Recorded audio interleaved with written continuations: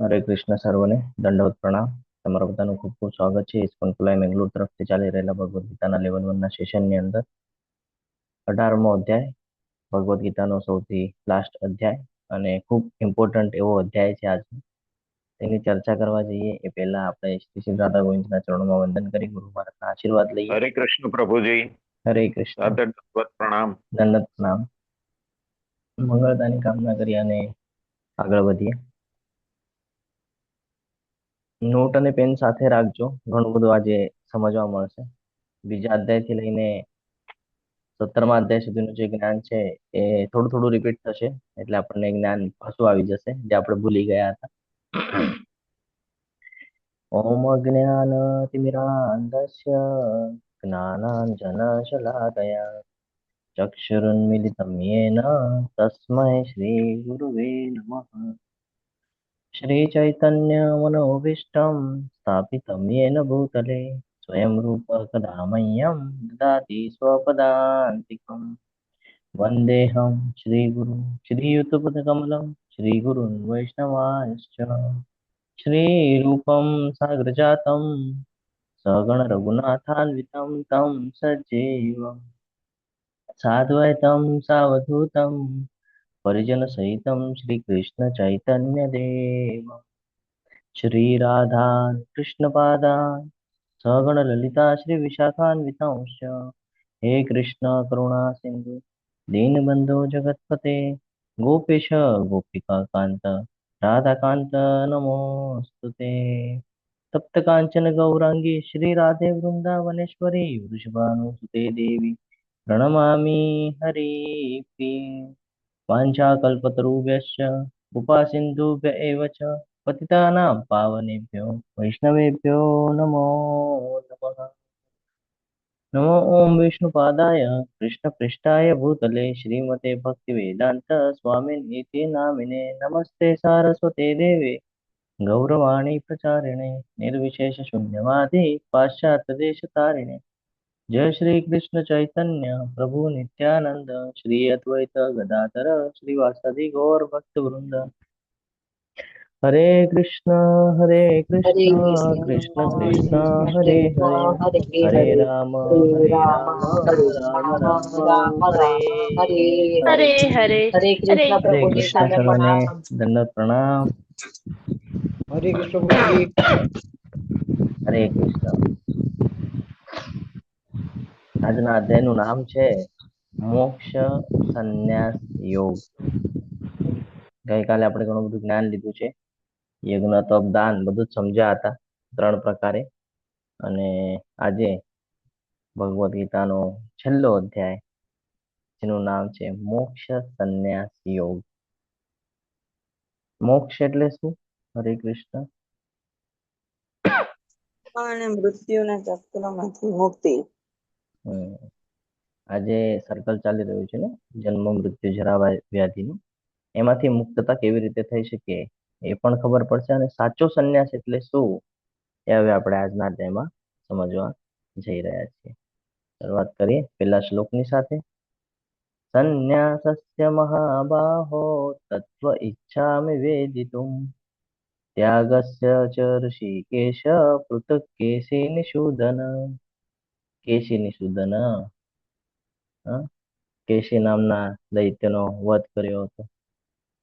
એટલે અર્જુનજી આ કહે છે કે મને પણ થોડું કન્ફ્યુઝન છે, મારી અંદર પણ થોડીક એવી બાબતો છે જેનો તમે વધ કરો અને મને જ્ઞાનના પ્રકાશથી મને જ્ઞાન આપો. તો અર્જુનજી કહે છે કે હે મહાબાહુ, હું સંન્યાસ એટલે કે ત્યાગનો ઉદ્દેશ જાણવા ઈચ્છું છું. ભગવાન જે અત્યાર સુધી આપણને સંન્યાસની વાત કરતા હતા ને, એ આપણને ખ્યાલ તો છે પણ આપણે એને સમજી નથી શક્યા આજે.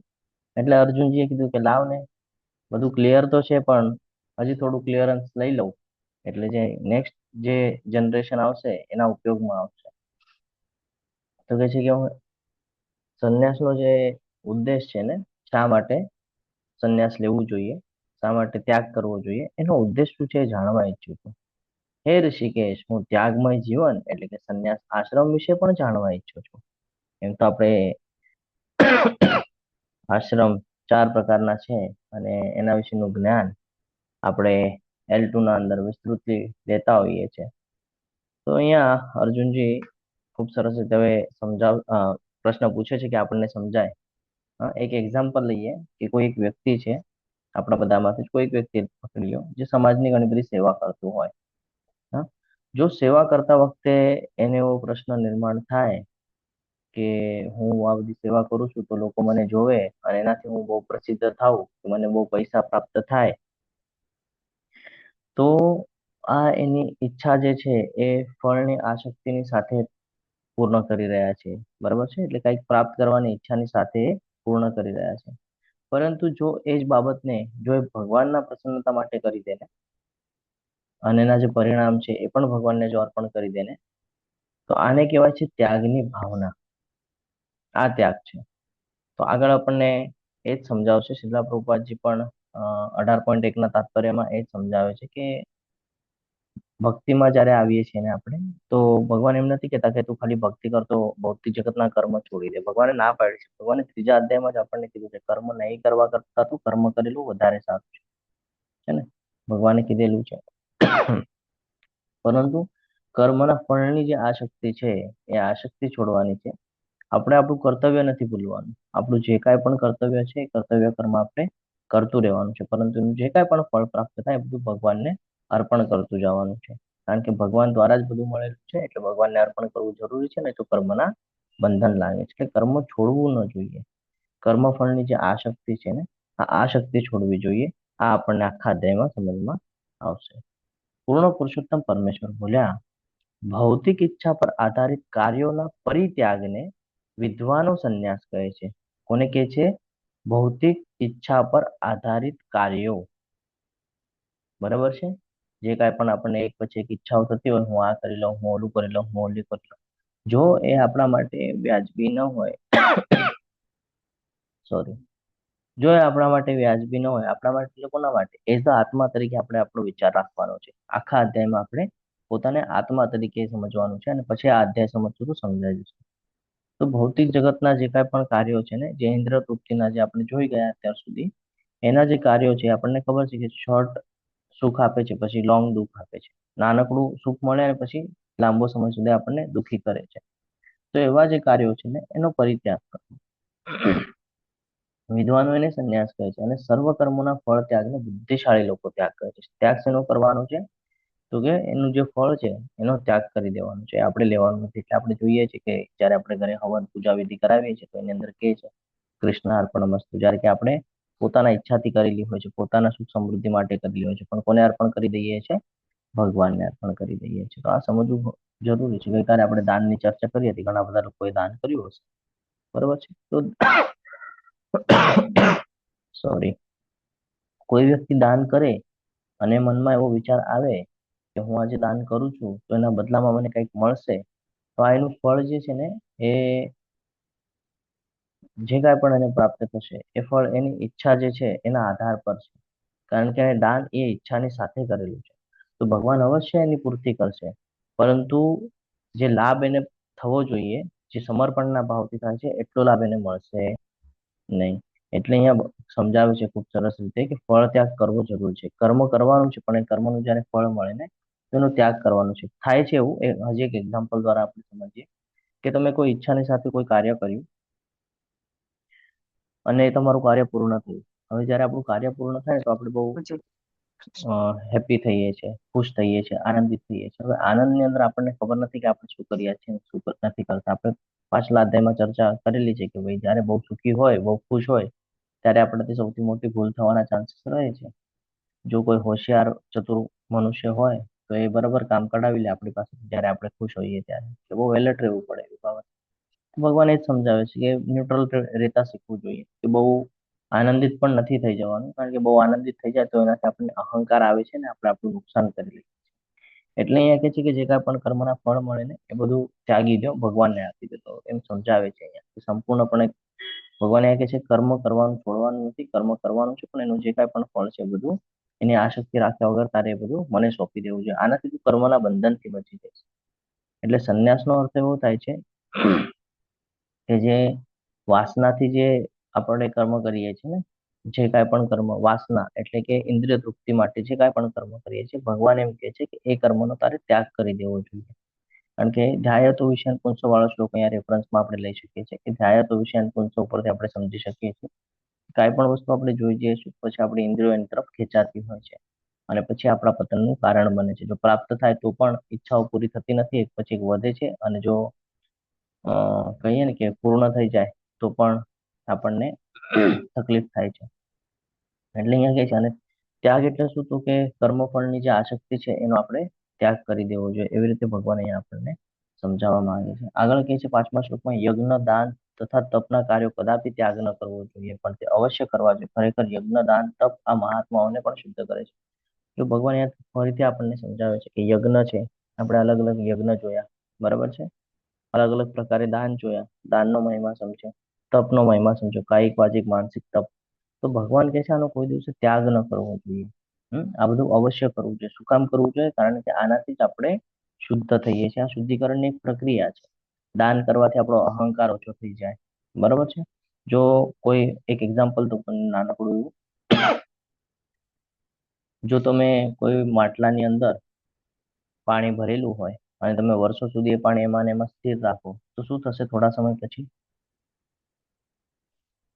હરે કૃષ્ણ, થોડું ફાસ્ટ લેજો કારણ કે ઘણા બધા શ્લોક છે, એમાં જીવાત જીવાત પડી પડશે. જશે. બરોબર છે. પાણી ખરાબ થવા માંડશે થોડા સમય પછી, ખરાબ થઈ પાણીમાં વાસ આવવા જાય. માંડશે અને એની અંદર અલગ અલગ જીવજંતુઓની ઉત્પત્તિ થવાનું શરૂઆત થશે. આવી જ રીતે છે જેમાં આપણે આગળ જ્યારે બધું આપણે પૈસા, પ્રોપર્ટી બધું એકઠું કર્યા કરીએ છીએ ને, જો એ રિફ્રેશ નથી થતું અને જો એ પાણી આપણે રોજ યુઝ કરતા હોઈએ તો યુઝ કરીએ, પાછું નવું ભરીએ, પાછું ખાલી કરીએ, પાછું નવું ભરીએ, તો કે કોઈ વાંધો નથી આવતો. એવી જ રીતે છે કે આપણે ખાલી પૈસા જમા કર્યા કરશું અને સ્થિર કર્યા કરશું, એટલે એ જગ્યા પર સ્થાયી રાખ્યા કરશું એને, થોડાક સમય પછી આપણા નુકસાનનું કારણ બની જશે એ જ પૈસા જે આપણે આટલો સમય આપીને જમા કરી રહ્યા છીએ. એટલે ભગવાન અહીંયા સમજાવે છે કે આ બધું તારે સતત દાન કરતું રહેવાનું છે, કે હું તને આપું છું તું દાન કર, હું તને આપું છું તું દાન કર. આનાથી તું છે ને તારું માઇન્ડ સેટ રહેશે કે જે કાંઈ છે બધું મારે ભગવાનને સમર્પિત કરવાનું છે. અને તું ખાલી તારી પાસે રાખીશ તો થોડા સમય સુધી તારી પાસે રહેશે, પછી તારું જયારે દેહ ત્યાગ થઈ જશે ત્યારે પછી એ કોઈ પણ વાપરશે, કેવી રીતે પણ વાપરશે, જેનો ભોગી તું બનીશ. શું કામ? કારણ કે એ જે કઈ ખરાબ કર્મ કરશે નિમિત્ત તું બનીશ, તે જમા કરેલું હતું. તો ભગવાન એ સમજાવવામાં આવે છે. એટલે ભગવાન કહે છે એનો હંમેશા રિફ્રેશ થવું જરૂરી છે. એવી જ તપની વાત કરે છે, શરીરથી, મનથી અને વાણીથી તપ થવું ખૂબ જરૂરી છે. જો નહીં કરીએ તો કે અશુદ્ધ થઈ જશે, છે ને. જેમ આપણે આપણા શરીરને રોજ શુદ્ધ કરીએ છીએ, જો આપણે થોડા દિવસ સુધી સ્નાન ન કરીએ તો કે ગંધ આવવા માંડે આપણા શરીરમાંથી, રોગ થવા માંડે આપણને. એવી જ રીતે આપણા જીવનની અંદર આપણે આત્મા તરીકે વિચાર કરવાનો છે. જો આત્માને તમે કંટ્રોલમાં રાખવી હોય, એટલે જો એનો ઉદ્ધાર કરવો હોય, ફરી પાછું અહીંયા ફસાવવું ન હોય, તો એની માટે અલગ અલગ પ્રકારના તપ આપેલા છે. એ તપ આપણને કરવા પડે. શાસ્ત્રના અંદર વર્ણન છે, કર્મકાંડની વિધિઓમાં પણ વર્ણન છે. શું કામ? સવારે ઉઠીને કરાગ્રે વસ્તે લક્ષ્મીથી શરૂઆત કરાવે છે. એટલા માટે જ કરાવે છે કે સવારે જ ભગવાનની સાથે કરો. તો આ સમજવું જરૂરી છે. અને આવી જ રીતે મોટા મોટા જે મહાન વિદ્વાનો લોકો છે એ લોકો પણ પોતાને આવી રીતે શુદ્ધ કરતા હોય છે. આ બધા કાર્યો કોઈ પણ પ્રકારની આસક્તિ કે ફળની આશા રાખ્યા વગર કરવા જોઈએ. જો યજ્ઞ કરો, દાન કરો, તપ કરો, આ બધું પોતાના રિફ્રેશ માટે કરવાનું છે, ના કે ઈચ્છાઓ રાખીને, ના કે ફળની આશા રાખીને, ના કે આસક્તિ રાખીને. સમજાય છે? આપણું નિયત કર્તવ્ય કર્મ છે, એ નિયત કર્તવ્ય કર્મ સમજીને આપણે આ કરવાનું છે. કોઈ પણ ફળની આસક્તિ રાખીને કરશું તો આપણે પાપના ભાગી અવશ્ય બનીશું. એટલે ભગવાન કહે છે આ બધા કાર્યો કોઈ પણ પ્રકારની આસક્તિ, ફળની આશા રાખ્યા વગર કરવા જોઈએ. હે પૃથા પુત્ર, આ કાર્યો કર્તવ્ય સમજીને કરવા જોઈએ. આજ મારો અંતિમ મત છે. ભગવાન કહે છે આપણું કર્તવ્ય છે એ સમજીને કરવાનું છે. ઘણા બધા લોકોને એવું થાય કે ભક્તિ કરવું ક્યાં લખેલું છે, કર્તવ્ય છે કરેલું. શાસ્ત્રો ખોલે તો ઘણા બધા રેફરન્સ આપી શકીએ આપણે કે આપણો જન્મ જ એટલા માટે થયો છે કે આપણે પાછા ભગવાનના નજીક જઈએ. નહીં તો આપણને પશુ યોની પણ મળી શકતી હતી. જો આપણને ખાલી ઇન્દ્રિય તૃપ્તિ કરવી હોય ને તો પશુ યોની પણ મળી શકતી હતી. પણ અહીંયા એક બુદ્ધિ આપવામાં આવેલી છે મનુષ્યને, અને ભગવાને કીધું છે કે જે મારા શરણમાં આવે છે એને હું બુદ્ધિ આપું છું. દદામે બુદ્ધિ યોગમ વાળો જે શ્લોક છે, ચતુશ્લોકી ગીતાની અંદર આવે છે, રેફરન્સમાં આપણે લઈ શકીએ. એની અંદર ભગવાન કહે છે કે તમારે તમારું કર્તવ્ય નથી છોડવાનું, કર્તવ્યના પાછળ જે ફળની આસક્તિ રાખો છો ને એ છોડી દેવી છે. આને જ ત્યાગ કહેવાય છે. ભગવાન અહીંયા આપણને એ સમજાવી રહ્યા છે ને એ પ્રમાણે આપણે આગળ વધવું જોઈએ. જો એ જ આવી ગયું ત્યાગનો પ્રકાર, કે નિર્દિષ્ટ કર્તવ્યોનો કદાપી ત્યજવા ન જોઈએ. જો કોઈ મનુષ્ય મોહવશ પોતાના નિયત કર્તવ્યોને ત્યજી દે છે તો એવા ત્યાગને તામસી કહેવાય છે. શું કે છે? તામસી. જો કોઈને એમ થાય, કોઈ ઘરમાં આપણા ફેમિલીના અંદર કોઈ દાદા દાદી આપણને કહે કે ભાઈ ભગવાનની ભક્તિ કરવાની છે, આપણે સ્ટાર્ટિંગમાં પોતાના ઈચ્છા માટે કરીએ, ફળ માટે કરીએ અને ફળ પ્રાપ્ત ન થાય અને આપણે કહીએ કે આજ પછી હવે હું ભગવાનને નહીં ભજવું, આજ પછી હું ભગવાનની ભક્તિ નહીં કરું, આનો અર્થ કે આપણે મોહમાં આવી ગયા છે. બરાબર છે? અને આપણે પછી એ કરતા નથી, તો એને એવા ત્યાગને તામસી કહેવાય છે કે આપણું કર્તવ્ય આપણે ભૂલી રહ્યા છે. બીજું એટલે આપણને આપણા ફેમિલીમાં માતા પિતા નાનાથી મોટું કરે છે, મોટા થઈ એટલે આપણે એમને છોડી દઈએ છીએ, તો આ પણ ખોટી વાત છે. ભગવાન કહે છે આ બધા તારા કર્તવ્યો છે કે એણે તને સંભાળીને હવે તારે એને સંભાળવાનું છે. જો કર્મનું ચક્ર તમે ધ્યાનથી જોશો ને તો બધું અહીંયા ને અહીંયા જ છે. બધું અહીંયા ને અહીંયા જ છે. પેલા માતા પિતા તમને સંભાળે છે, બરાબર છે? હવે જ્યારે તમે મોટા થાવ છો તમારે માતા પિતાને સંભાળવું પડે છે. હવે જે લોકો આ કર્તવ્યથી ભાગે છે ને એને ફરી ફરી જન્મ લઈને આવવું પડે છે. તો ભગવાન એ સમજાવે છે કે કોઈ દિવસે તજવાનું નથી. તમે જેટલું ત્યજી દેશો ને એટલી વાર તમને જન્મ લઈને પૂર્ણ કરવા માટે પાછું પાછું આવવું પડશે. જે મનુષ્ય નિયત કર્મોને કષ્ટપ્રદ રીતે સમજીને કે શારીરિક ક્લેશના ભયથી તજી દે છે તો તેને માટે કહેવાય છે કે તેણે આ ત્યાગ રજોગુણમાં કર્યો છે. આમ કરવાથી ત્યાગનું ઉચ્ચ ફળ કોઈ દિવસે મળતું નથી. આ સમજવું ખૂબ જરૂરી છે. ઘણા બધા લોકોને એવું થાય સવારે મંગળા આરતીમાં જોડાવાનું હોય, 4 વાગે ઉઠવાનું, તો આપણને એવું થાય કે 4 વાગ્યામાં બાપરે આટલા સવારે તો નહીં ઉઠાય. થાય ને ઘણા બધાને એવું. અને એ કે ભાઈ આજ પછી હું આવું બધું કઈ કરીશ નહીં, સવારે વહેલું ઉઠવાનું ને મંગળા આરતીમાં જોડાવાનું, 16 માળા કરવાની વાત કરતો 16 માળા કરું ને 1 માળા કરું, આ બધું મને બહુ કષ્ટ લાગે છે, આમાં બહુ તકલીફ થાય છે. મને તો ઇન્સ્ટાગ્રામમાં ને ફેસબુકમાં ને એમાં વધારે ઇન્ટરેસ્ટ આવે છે. તો આપણે એવું સમજતા હોઈએ કે ભાઈ આનાથી શરીરને ત્રાસ થાય છે અને એનાથી જો આપણે તજી દઈએ છીએ, આનો અર્થ કે આપણે રજોગુણમાં છે. આપણે ખાલી આપણા ઇન્દ્રિય તૃપ્તિનો વિચાર કરીએ છીએ, ના કે આપણે આત્મા તરીકે વિચાર કરીએ છીએ. આ સમજવું જરૂરી છે.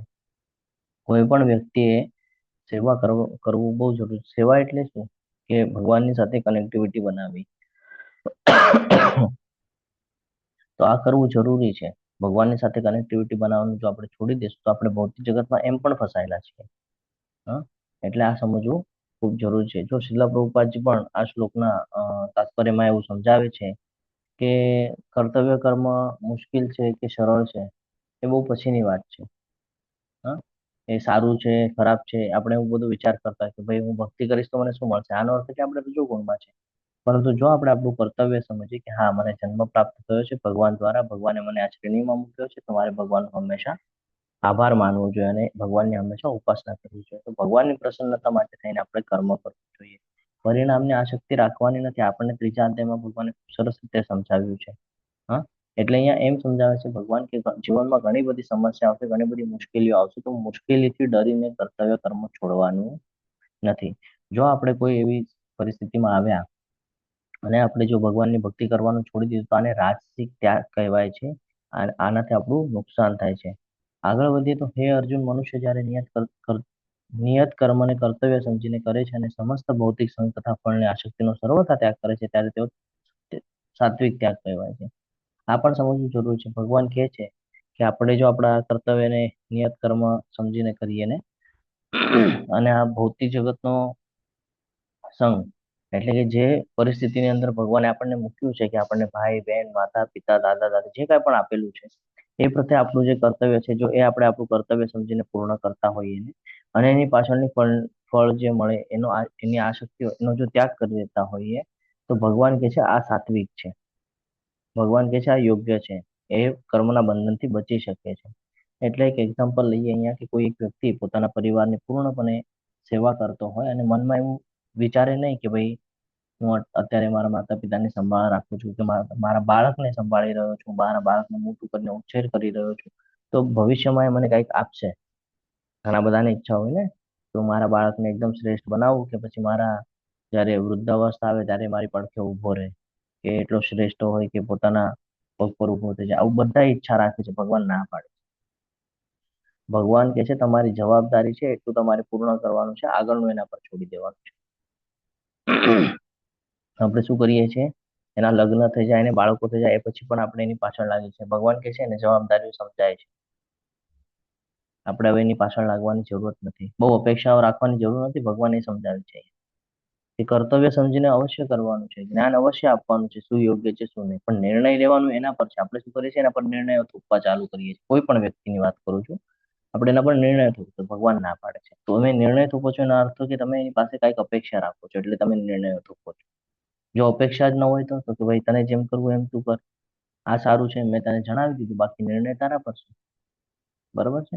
એટલે આ સમજવું જરૂરી છે. તો કર્તવ્ય અવશ્ય કરવું જોઈએ, દરેક માટે છે, બાળકથી લઈને વૃદ્ધ, અત્યારે જેટલા પણ લોકો આ ક્લાસમાં જોડાયેલા છે બધા માટે છે. કર્તવ્ય અવશ્ય કરવું જોઈએ, પણ ફળની આસક્તિ રાખવાની નથી કે આજે હું કરું છું તો કાલે એ મારું કરશે.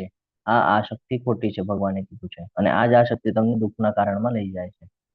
આને સાત્વિક ત્યાગ કહેવાય છે, કે જો આ આસક્તિ ન હોય તો. ખરેખર કોઈ પણ દેહધારી માટે સર્વ કર્મનો ત્યાગ કરવો અશક્ય છે. હવે આપણને એવું થાય કે પ્રભુજી તમે તો બધું ત્યાગ કરવાની વાત કરો છો, તો પછી કર્મ જ શું કામ કરવું? જયારે કઈ ફળની ઈચ્છા જ નથી રાખવા તો કર્મ શું કામ કરવું? તો હવે અહીંયા ભગવાન સમજાય છે, જે મનુષ્ય કર્મના ફળનો ત્યાગ કરે છે તે વાસ્તવમાં ત્યાગી કહેવાય છે. યોગી અને ત્યાગી બહુ સમજવું જરૂરી છે.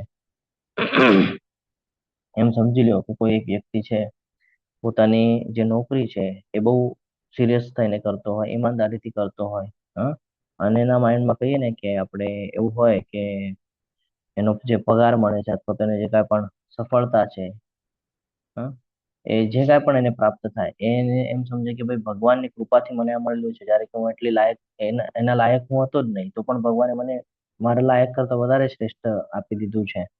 અને જો એ ભગવાનને અર્પણ કરી દે તો આનો અર્થ એ છે કે ફળની જે આસક્તિ છે એનો ત્યાગ કરે છે. એટલે તમને જીવનની અંદર જે કાંઈ પણ પ્રાપ્ત થાય ને, જે કાંઈ પણ સુખ હોય દુઃખ હોય કઈ પણ પરિસ્થિતિ હોય, આ આપણને બીજો અધ્યાય અહીંયા યાદ અપાવે છે. સુખ હોય દુઃખ હોય કઈ પણ પરિસ્થિતિ હોય, પણ આપણે જે કાર્ય આપણું કરવાનું છે એ ઈમાનદારી પૂર્વક કરવું જરૂરી છે. ઘણા બધા લોકોને એવું થાય કે આને મારી સાથે આવું કર્યું છે ને એટલે હું હવે એનું કામ નહીં કરું. નહીં, આપણું કર્તવ્ય છે, કાંઈ પણ કરે એનો પ્રોબ્લેમ છે, આપણો પ્રોબ્લેમ નથી. આપણે આપણું કર્તવ્ય કરવાનું છે. આપણે ભગવાન સાથે જોડાયેલા છે, આપણે ભગવદ ગીતાના સ્ટુડન્ટ છે, તો આપણને ખબર છે કર્તવ્ય શું છે ને શું કર્તવ્ય નથી. આપણે આપણા ફેમિલી પ્રત્યે, સમાજ પ્રત્યે, બરાબર છે, જે કાંઈ પણ કર્તવ્ય આપણને આપેલું છે, જે કાંઈ પણ કહીએ ને આપણે કેરેક્ટરની અંદર આપણને મૂકવામાં આવેલું છે, એ કેરેક્ટરને યોગ્ય ન્યાય આપવું એ આપણું કાર્ય છે. જેવી રીતે આપણે કોઈ મૂવી જોઈએ તો મૂવીમાં કોઈ એક કેરેક્ટર હોય, એ કેરેક્ટરને પ્રોપરલી ન્યાય આપે. જ્યારે આપણે મૂવી જોઈએ તો આપણને એવું થાય કે ભાઈ આ જે કથા છે કથા યોગ્ય રીતે એને આપણને સમજાવવા માટે પ્રયત્ન કર્યો છે. તો સેમ એ ફોર એક્ઝામ્પલ મને આ સ્થાન ઉપર બેસાડવામાં આવેલો છે, તો મારો પ્રયાસ એ રહેવો જોઈએ કે આનાથી કેવી રીતે સરળથી સરળ ભાષામાં હું તમારી સાથે શેર કરી શકું, સમજાવી શકું અને ભગવાનના સમીપ લાવી શકું. આની પાછળ મારી જો ઈચ્છા રહી જાય કે નહીં નહીં આનાથી તો ઘણા બધા ભક્ત બનવા જોઈએ, હું પ્રસિદ્ધ થવું જોઈએ ને મારું નામ, તો આ ખોટું છે. ભગવાન કે છે તને ખાલી તારા કર્તવ્ય પ્રત્યેનું કર્મ કરવા કીધું છે, ફળની ઈચ્છા રાખવા કીધી નથી. જો તું ફળની ઈચ્છા રાખીને કર્મ કરીશ ને તો તું કોઈ દિવસે સફળ નહીં થાય, કોઈ દિવસે સફળ નહીં થાય. એટલે ભગવાન ફરી ફરી સમજાવે છે કે આપણે કર્મ નથી છોડવાનું, કર્મ કરતું રહેવાનું છે, પણ એની પાછળનું જે પરિણામ છે ને, એની જે આસક્તિ છે ને, આ આસક્તિ છોડી દેવી છે. આ જ શ્રેષ્ઠ માર્ગ છે જીવન. જો જીવનમાં સુખી રહેવું હોય ને તો કર્મ અવશ્ય કરવાના છે, જવાબદારી અવશ્ય નિભાવવાની છે. ભગવાન જોઈ રહ્યા છે, ભગવાન બધાનું રિઝલ્ટ આપે છે. આપણે ફળની ચિંતા કરવાની આવશ્યકતા નથી. આપણે આપણું કર્તવ્ય કર્મ કરવાનું છે. હૃદયની અંદર ભગવાન બેસેલા છે, જોઈ રહ્યા છે, યોગ્ય સમય યોગ્ય નિર્ણય લે છે, એ એનું કામ છે. સમજાય છે? જેમ આપણે લોકો એક્ઝામ આપીએ અને એક્ઝામ આપ્યા પછી આપણે ડિસિઝન લઈએ છીએ કે પાસ થશું કે ફેલ થશું, છોડી દઈએ છીએ ને ટીચર ઉપર, કે ટીચર પેપર ચેક કરશે અને પછી જે નિર્ણય હશે એ આપશે. તો આ સમજવું ખૂબ જરૂરી છે. બહુ મહત્વનો એક શ્લોક આવી રહ્યો છે. એક શ્લોક હતો 6થા અધ્યાયમાં 6.35, જેને સક્સેસનો મંત્ર તરીકે આપણે જોઈએ છીએ. ઘણા બધા લોકોને ભૌતિક અને આધ્યાત્મિક અ, પથ ઉપર પ્રગતિ કરવાની ઈચ્છા હશે. જોકે ઈચ્છા નથી રાખવાની, ભગવાને કીધું છે, પણ ભગવાન થોડું કહે ને કે છૂટ આપતા હોય છે આપણને, તો ઘણા બધાની ઈચ્છા હોય છે. તો એની માટે એવો એક શ્લોક આવી રહ્યો છે કે જે શ્લોકને જાણ્યા પછી જો એ શ્લોક પ્રમાણે આપણે જીવનમાં કાર્ય કરીએ ને, તો અહીંયા કોઈ એવી બાબત નથી જે આપણે નથી કરી શકતા. સફળતાનો સક્સેસનો એક મંત્ર છે. જેમ અસંશય મહાબાહો મનોદુર્નિગ્રહ ઝડપ અભ્યાસ એને તું કોંતે વૈરાગ્યને સિદ્ધિ હતી કે જે નથી જોઈતું એને દૂર કરો અને જે કરવાનું છે એની તૈયારી કરો, પ્રેક્ટિસ કરો, પ્રયાસ કરો તો પ્રાપ્ત થશે. એની સાથે જો તમે આ શ્લોકને પ્લસ કરી દીધો ને એટલે 6.35 અને આ શ્લોક બંને જો પ્લસ કરીને તમે બરાબર કરીને રિઝલ્ટમાં જશો ને તો રિઝલ્ટ હંમેશા ઓકે આવશે. ઓકે ઇન સેન્સ કે શું? સક્સેસ. તો કોઈ પણ કાર્ય સિદ્ધ થવા પાછળ અથવા તો કોઈ પણ કાર્યમાં સફળતા પ્રાપ્ત થવા પાછળ 5 કારણો છે. હવે અહીંયા એ 5 કારણો સમજાવશે. ભગવાન કહી રહ્યા છે કે હે મહાબાહુ અર્જુન, વેદાંત અનુસાર સર્વ કર્મોની સિદ્ધિ માટે 5 કારણ હોય છે. હવે તું મારી પાસેથી સાંભળ. ખૂબ સરસ શ્લોક છે. હું શ્લોક વાંચીને સમજાવું છું તમને. મને મોઢે છે શ્લોક પણ હું તમને તો પણ થોડું વાંચીને સમજાવું છું. અધિષ્ઠાનમ તથા કર્તા કरणं ચ પૃથગ્વિતમ વિવિધાશ્ચ પૃથક ચેષ્ટા દૈવમ ચૈવાત્ર પંચમમ. શું કે છે ખબર છે ભગવાન? ભગવાન આ કહે છે અધિષ્ઠાનમ તથા કર્તા. અધિષ્ઠાન કોણ કરી રહ્યું છે? કર્મનું સ્થાન. શું છે કર્મનું સ્થાન? શરીર. લખી લેજો. આ બહુ મહત્વનો શ્લોક છે બધા માટે જેને સફળતા જોઈએ છે. અધિષ્ઠાનમ તથા કર્તા કોણ કરી રહ્યું છે? કર્મનું સ્થાન શરીર કરી રહ્યું છે. કર્તા કર્મ કરનાર જે જીવ છે એની વાત કરે છે. શું કામ કરી રહ્યા છો? કોઈ પણ વસ્તુ જો તમે કરી રહ્યા છો તો શું કામ કરી રહ્યા છો? એની પાછળનું રીઝન શું છે? બરોબર છે. આ જાણવું જોઈએ કે લક્ષ્ય. ફોર એક્ઝામ્પલ, એક એક્ઝામ્પલ આપીને સમજાવું. બે બાજુ સમજાવવાનો પ્રયત્ન કરું છું. જો મારે એવો વિચાર હોય કે મારે સંપૂર્ણપણે ભગવાનમાં સમર્પિત કરવું છે, મારું જે જીવન છે એ, તો મારો ગોલ શું હોવો જોઈએ? ભક્તિમય સેવા. કોણ કરી રહ્યું છે? શરીર. શું કરી રહ્યું છે? કર્તા. શેની માટે કરી રહ્યું છે? ભગવાનને સમર્પિત થવા માટે. પછી ત્રીજું શું આવે છે? વિવિધાન વિવિધ ઇન્દ્રિયો. બરાબર છે. આપણી જે અલગ અલગ ઇન્દ્રિયો છે આ ઇન્દ્રિયોને શું કરવું પડશે? મારે સતત એને એમાં લગાડી રાખવી પડશે ભક્તિમાં. કે જોવું તો ભગવાનના દર્શન થવા જોઈએ, સાંભળવું તો કીર્તન જ સાંભળવું જોઈએ, બોલું તો ભગવાનનું જ જ્ઞાન નીકળવું જોઈએ. સતત તમારે એમાં પ્રયાસ કરતું રહેવું પડશે. ઓલો શ્લોક પ્લસ કરવાનો છે અહીંયા. ઓકે, પ્રયાસ કરતું રહેવું પડશે. અને જ્યારે હું અલગ અલગ પ્રયાસો કરીશ, યેન કેન પ્રકારેણ, જ્યારે હું અલગ અલગ પ્રયાસો કરીશ ત્યારે સૌથી પાંચમું કારણ છે પરમાત્મા, જે અંદર હૃદયમાં બેસીને બધું જોઈ રહ્યા છે. તો આ 5 કારણ છે જેનાથી મનુષ્ય સફળ થઈ શકે છે. સૌથી પહેલો પ્રશ્ન છે કર્તા. કર્મનું સ્થાન કોણ કરી રહ્યું છે? હું. શા માટે કરી રહ્યા છો? ક્વેશ્ચન માર્ક આવે તો એનો આન્સર આવજો. શા માટે કરી રહ્યા છો? ભૌતિક જગતનું ઉદાહરણ આપી દઉં. ફોર એક્ઝામ્પલ કે કોઈને ડોક્ટર બનવું છે. એક એક્ઝામ્પલ આપી દઉં કે કોઈને ડોક્ટર બનવું છે. કોને બનવું છે ડોક્ટર? અધિષ્ઠાનમ, મારે બનવું છે ડોક્ટર. બરાબર છે. તથા કરતા શું કામ બનવું છે? કે ભાઈ મારે ડોક્ટર બને લોકોની સેવા કરવી છે. Okay, done. બીજો પ્રશ્નનો જવાબ મળી ગયો. ત્રીજો, તો શું કરવું પડશે? વિવિધ ઇન્દ્રિયોને સાધન બનાવવું પડશે. કેવી રીતે? કે હું ડોક્ટર માટેના તમામ જે કાંઈ પણ સિચ્યુએશન છે એને જાણવાનો પ્રયાસ કરીશ, એને સમજવાનો પ્રયાસ કરીશ, એવા લોકોના અંદર બેસીશ, પ્રેક્ટિસ કરીશ એની અલગ અલગ. વિવિધાન પૃથક ચેષ્ટા. આપણે શું કામ સક્સેસ નથી થતા? કારણ કે આપણે આ જ નથી કરતા. શું? વિવિધાન પૃથક ચેષ્ટા. ચેષ્ટાનો અર્થ શું છે? કે જ્યારે આપણને કઈ પ્રાપ્ત કરવું હોય છે ને ભૌતિક જગતની અંદર. એક એક્ઝામ્પલ દઉં. જ્યારે ઘણા બધા વિદ્યાર્થીઓને આપણે જોઈએ છે જે યુથ છે, પ્રેમમાં એટલા બધા ઊંડાણમાં ઉતરી જાય છે કે એની માટે એને એમ થાય કે ભાઈ આ જ જોઈએ છે. જિદ્દીપણું જેને આપણે કહીએ કે કાંઈ પણ છે મને તો આ જ જોઈએ છે. આ આપણી અંદર હોતું નથી એટલે આપણે સફળ થતા નથી. કે જ્યાં કરવાનું છે ત્યાં નથી કરતા, જ્યાં નથી કરવાનું છે ત્યાં કરીએ છીએ. જો ડોક્ટર બનવું છે ને તો અંદર જીદ હોવી જોઈએ કે મારે બનવું જ છે. એની માટેના તમામ પ્રયાસો હું કરીશ. જો ભક્ત બનવું છે ને તો એની માટે અંદરથી જીદ હોવી જોઈએ કે મારે ભક્ત બનવું જ છે. એની માટેના હું તમામ પ્રયાસો કરીશ. અને આને જ કહેવાય છે વિવિધ ચેષ્ટા. યેન કેન પ્રકારેણ આપણે એની પાછળ લાગી જવું જોઈએ. અને પાંચમું છે દૈવી. એટલે દૈવ એટલે ભગવાન. ભગવાનની જે વ્યવસ્થા છે એ. તો આ 5 કારણો છે. આ 5 કારણો જો તમે સમજી જાઓ તો આ એક શ્લોક 18.14 અને 6.35, આને જ્યારે તમે એક કરી દો છો અને પછી જ્યારે તમે કર્મ કરવાનું ચાલુ કરો છો તો કોઈ એવી બાબત નથી જેમાં તમે સફળ નહીં થાવ. અને આ સફળનો મંત્ર છે. મોટા મોટા મોટિવેશનલ સ્પીકરો પાસે પણ જશો ને લાખોના ચાર્જ કરી લેશે તો પણ નહીં સમજાવી શકે એ ભગવદ્ ગીતા તમને 2 મિનિટમાં સમજાવી દે છે. આગળ વધીએ. માટે જે મનુષ્ય આ 5 કારણોનો વિચાર કર્યા વિના માત્ર પોતાને જ એકમાત્ર કર્તા માને છે તે નિસંદેહ બુદ્ધિમાન નથી અને વસ્તુઓને યથાર્થ રૂપે જોઈ શકતો નથી. આ શ્લોકને હજી અહીંયાથી આપણે સમજવું હોય તો ડીપમાં સમજી શકાય, પણ એક નાની વાત ધ્યાનમાં રાખવાની છે કે આપણે બધું કરવાનું છે. ભગવાન કહે છે તમારે ખાલી પ્રયાસ તમે કરી શકો છો, ફળ આપવાનું મારા હાથમાં છે. એને કેનો પ્રકાર તમે પ્રયાસ કરો. અર્જુનને પણ નહીં, ઘણો બધો પ્રયાસ કરાવ્યો, પછી છેલ્લે ફળ આપ્યું? પ્રયાસ કર્યો તો ફળ આપ્યું, પ્રયાસ ન કર્યો તો કે નહીં. હવે આજના અધ્યાયના અંતે જો અર્જુનજી રેડી થઈ જશે યુદ્ધ કરવા માટે, પછી આપણે સમજશું કે શું ફળ મળી ગયું. એટલે ભગવાન કહે છે કે જે મનુષ્ય આ 5 કારણોનો વિચાર કર્યા વગર જો પોતાને કરતા માને છે ને કે હું કંઈક કરું છું ને મારા દ્વારા જ થઈ રહ્યું છે, હું ખાલી પ્રયાસ કરી શકું છું, પૂરું કરવાનું એના હાથમાં છે, તેની સંદેહ બુદ્ધિમાન નથી અને વસ્તુઓને યથાર્થ રૂપે જોઈ પણ નથી શકતો. એટલે આ સમજવું જરૂરી છે. હવે જ્ઞાનના પ્રકારો અહીંયા આવી રહ્યા છે. જે જ્ઞાનથી અસંખ્ય રૂપોમાં વિભક્ત થયેલા સર્વ જીવોમાં એક જ અવિભક્ત આધ્યાત્મિક પ્રકૃતિ જોવામાં આવે છે તેને સાત્વિક જાણવું જોઈએ. આનો અર્થ શું છે ખબર છે?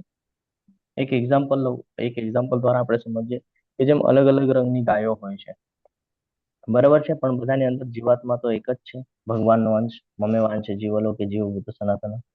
તો ભક્ત જે છે એને તમે બહારથી જુઓ ને તો એ તમને સમજાય નહીં, બહારથી તો બધું શરીર જ લાગે, પરંતુ અંદર જે જીવાત્મા છે, જે જ્ઞાની છે, એ જ્ઞાની જીવાત્માને અંદરથી જોવે છે. સમદર્શિના પંડિતા સમદર્શિના વાળો શ્લોક અહીંયા આપણે રેફરન્સમાં મૂકી શકીએ છીએ, બરોબર છે, જેની અંદર ભગવાન કહે છે. બીજું અહીંયા કયું મૂકી શકીએ છીએ તો કે મમ્મી છે જીવલો કે જીવભૂત સનાતન. તો બધા જે જીવ છે ભગવાનના સનાતન અંશો છે અને બધાને સમદ્રષ્ટિએ જોવું જરૂરી છે. કેમ? કારણ કે એના કર્મ અનુસાર એને એ યોની પ્રાપ્ત થઈ છે, પરંતુ એ છે તો બધા ભગવાનના અંશો. એટલે સાત્વિક જ્ઞાન એને કહેવાય છે જે અલગ અલગ શરીરોમાં રહેલા જીવાત્માને આધ્યાત્મિક એકતા સાથે જોઈ શકે છે. અહીંયા એ સમજાવે છે આપણને. ક્લિયર છે? જે જ્ઞાનથી મનુષ્ય જુદા જુદા શરીરોમાં જુદા જુદા પ્રકારના જીવને જુએ છે તે જ્ઞાનને તું રજોગુણી જાણ. અહીંયા રજોગુણીની વ્યાખ્યા સમજાવે છે આપણને. કયું જ્ઞાન છે રજોગુણમાં? કે બધા એને અલગ અલગ પ્રકારે આપણે જોતા હોય છે. રાજસિક વ્યક્તિ હોય ને એ હંમેશા શરીર અને ભૌતિક જે ભેદ છે એનાથી જ જોતો હોય, પણ જે આધ્યાત્મિક જેને જ્ઞાન હોય ને એ સાત્વિક હોય ને એને ખબર છે કે ભાઈ આત્મા તરીકે બધાનું વર્ણન થાય છે, આત્મા તરીકે જોવાનું છે. પણ ભૌતિક જગતના અંદર આપણે શું કરીએ છીએ? બધાને અલગ અલગ પ્રકારે જોઈએ છે અને આ જ આપણી ભૂલ થાય છે. એટલે આપણે બીજા સાથે વાદ વિવાદ કરીએ છીએ. વાદ વિવાદ થવાનું સૌથી મોટું કારણ આ છે કે આપણે રાજસિક વિચાર રાખીએ છીએ, રાજસિક જ્ઞાન છે આપણી પાસે. આ સમજવું જરૂરી છે. આપણે ઘણા સમય એમ કરીએ છીએ ને કે આ તો મારો છે ને આ બીજાનો છે ને, હા, કોઈ હોય તો આ બહુ અમીર છે ને આ બહુ ગરીબ છે, એટલા બધા સુધી આપણે પહોંચી જઈએ છીએ. તો આવી દ્રષ્ટિએ આપણને ભેદ નિર્માણ કરાવશે. ભેદ એટલે કે કહીએ ને કે ઊંચા નીચાનું જે આપણે વિચાર કરીએ છીએ એ, અને પછી આપણને પતન તરફ લઈ જાય છે, તો આને રજોગુણી કહેવાય છે. આગળ વધીએ તો કે છે કે તે જ્ઞાન તામસિક એવા છે જેનાથી મનુષ્ય અતિ તુચ્છ એવા કોઈ પણ પ્રકારના કાર્યને સર્વે સર્વા માન્યતા સત્ય જાણ્યા વિના તેમાં જ આસક્ત રહે છે. આપણે સમજવું બહુ જરૂરી છે કે આપણું ભૂલ થઈ જાય છે. એક એક્ઝામ્પલ લઈએ, કોઈ એક વ્યક્તિ હોય અને જો એ એમ કે મારું જે પરિવાર છે, પૈસા છે અથવા તો શરીર છે, જે કાંઈ પણ છે જીવનની અંદર એ જ બધું છે, બીજું કાંઈ નથી, ભગવાન જેવું કાંઈ હોતું નથી ને આત્મા જેવી વસ્તુ હોતી નથી ને એવું બધું ઘણા બધા લોકો કહે છે. ક્યાં છે ભગવાન? બતાડો મને. ક્યાં છે આત્મા? બતાડો મને. તો આવી જે બુદ્ધિ છે ને આ હંમેશા આપણને પતન તરફ લઈ જાય છે. એટલે આવી બુદ્ધિ તામસિક કહેવાય છે, જે લિમિટેશનમાં રહેલી છે, હા, અને ભૌતિક આસક્તિઓથી બંધાયેલી છે. કારણ કે આપણને જ્ઞાન, જો આપણને પણ બધાને જ્ઞાન થોડું થોડું, પણ આપણે કહીએ ને કે અજ્ઞાનતા હતી એટલે આપણે ભક્તિ નહોતા કરતા. હવે એ અજ્ઞાનતા નીકળી ગઈ છે, હવે આપણને સમજાય છે તો કે આ તામસિક જ્ઞાન છે જે અધૂરું છે. જો હું ભગવદ ગીતાને અડધી અધૂરી સમજું તો હું કોઈ દિવસે જ્ઞાન નહીં લઈ શકું. એ અધૂરું જ્ઞાન મારા માટે નુકસાનકારક થાય છે. તો આ સમજવું ખૂબ જરૂરી છે કે અધૂરું જ્ઞાન હંમેશા પતનનો માર્ગ નિશ્ચિત કરે છે. હવે કર્મના પ્રકાર, જ્ઞાનના થઈ ગયા, હવે કર્મના પ્રકાર. જો ભગવાન ફરીથી બધું રિપીટ કરે છે, ઘણા બધા રેફરન્સના શ્લોક છે પણ સમયના અભાવના કારણે હું લેતો નથી. જે કર્મ નિયત થયેલું છે અને જે આસક્તિ, રાગ કે દ્વેષથી રહિત અને ફળની ઈચ્છા રાખ્યા વગર કરવામાં આવે છે, આ બધું સાત્વિક છે. નિયત થયેલું છે એટલે શું? કે એકવાર તમને જન્મ પ્રાપ્ત થઈ ગયો તો હવે ફેમિલી પ્રત્યે, એ સમાજ પ્રત્યે તમારું એક ફિક્સ નિયત કર્મ છે. હા, 4 આશ્રમ બતાડેલા છે, 4 વર્ણ બતાડેલા છે. એ ગુણ અને કર્મ એ એના અનુસાર નિર્ણય લેવાના હોય છે. અને 4 આશ્રમ બ્રહ્મચર્ય, ગૃહસ્થ, વાનપ્રસ્થ અને સંન્યાસ, આ ચારે ચાર આશ્રમમાં જે કાંઈ પણ કર્મ આપણને નિયત કરીને આપેલું છે, આ આપણે આ શક્તિ રાખ્યા વગર, કોઈથી કહીએ ને કોઈનો રાગ કે દ્વેષ કર્યા વગર, આપણે ફળની ઈચ્છા રાખ્યા વગર કરવામાં આવે તો એને સાત્વિક કહેવાય છે. એક એક્ઝામ્પલ લઈએ. કોઈ એક વ્યક્તિ છે જે કોઈ ગરીબોની સેવા કરતું હોય અને એની પાછળ એક કોઈ ઈચ્છા ન ધરાવતો હોય કે ભાઈ મને પ્રસિદ્ધિ મળે કે પૈસા મળે કે કોઈ મારી પ્રશંસા કરે. એ ખાલી પોતાની ફરજ સમજીને કરે કે હા ભગવાને મને એની માટે સક્ષમ બનાવેલું છે, તો મારે પ્રોવાઈડ કરવું જોઈએ.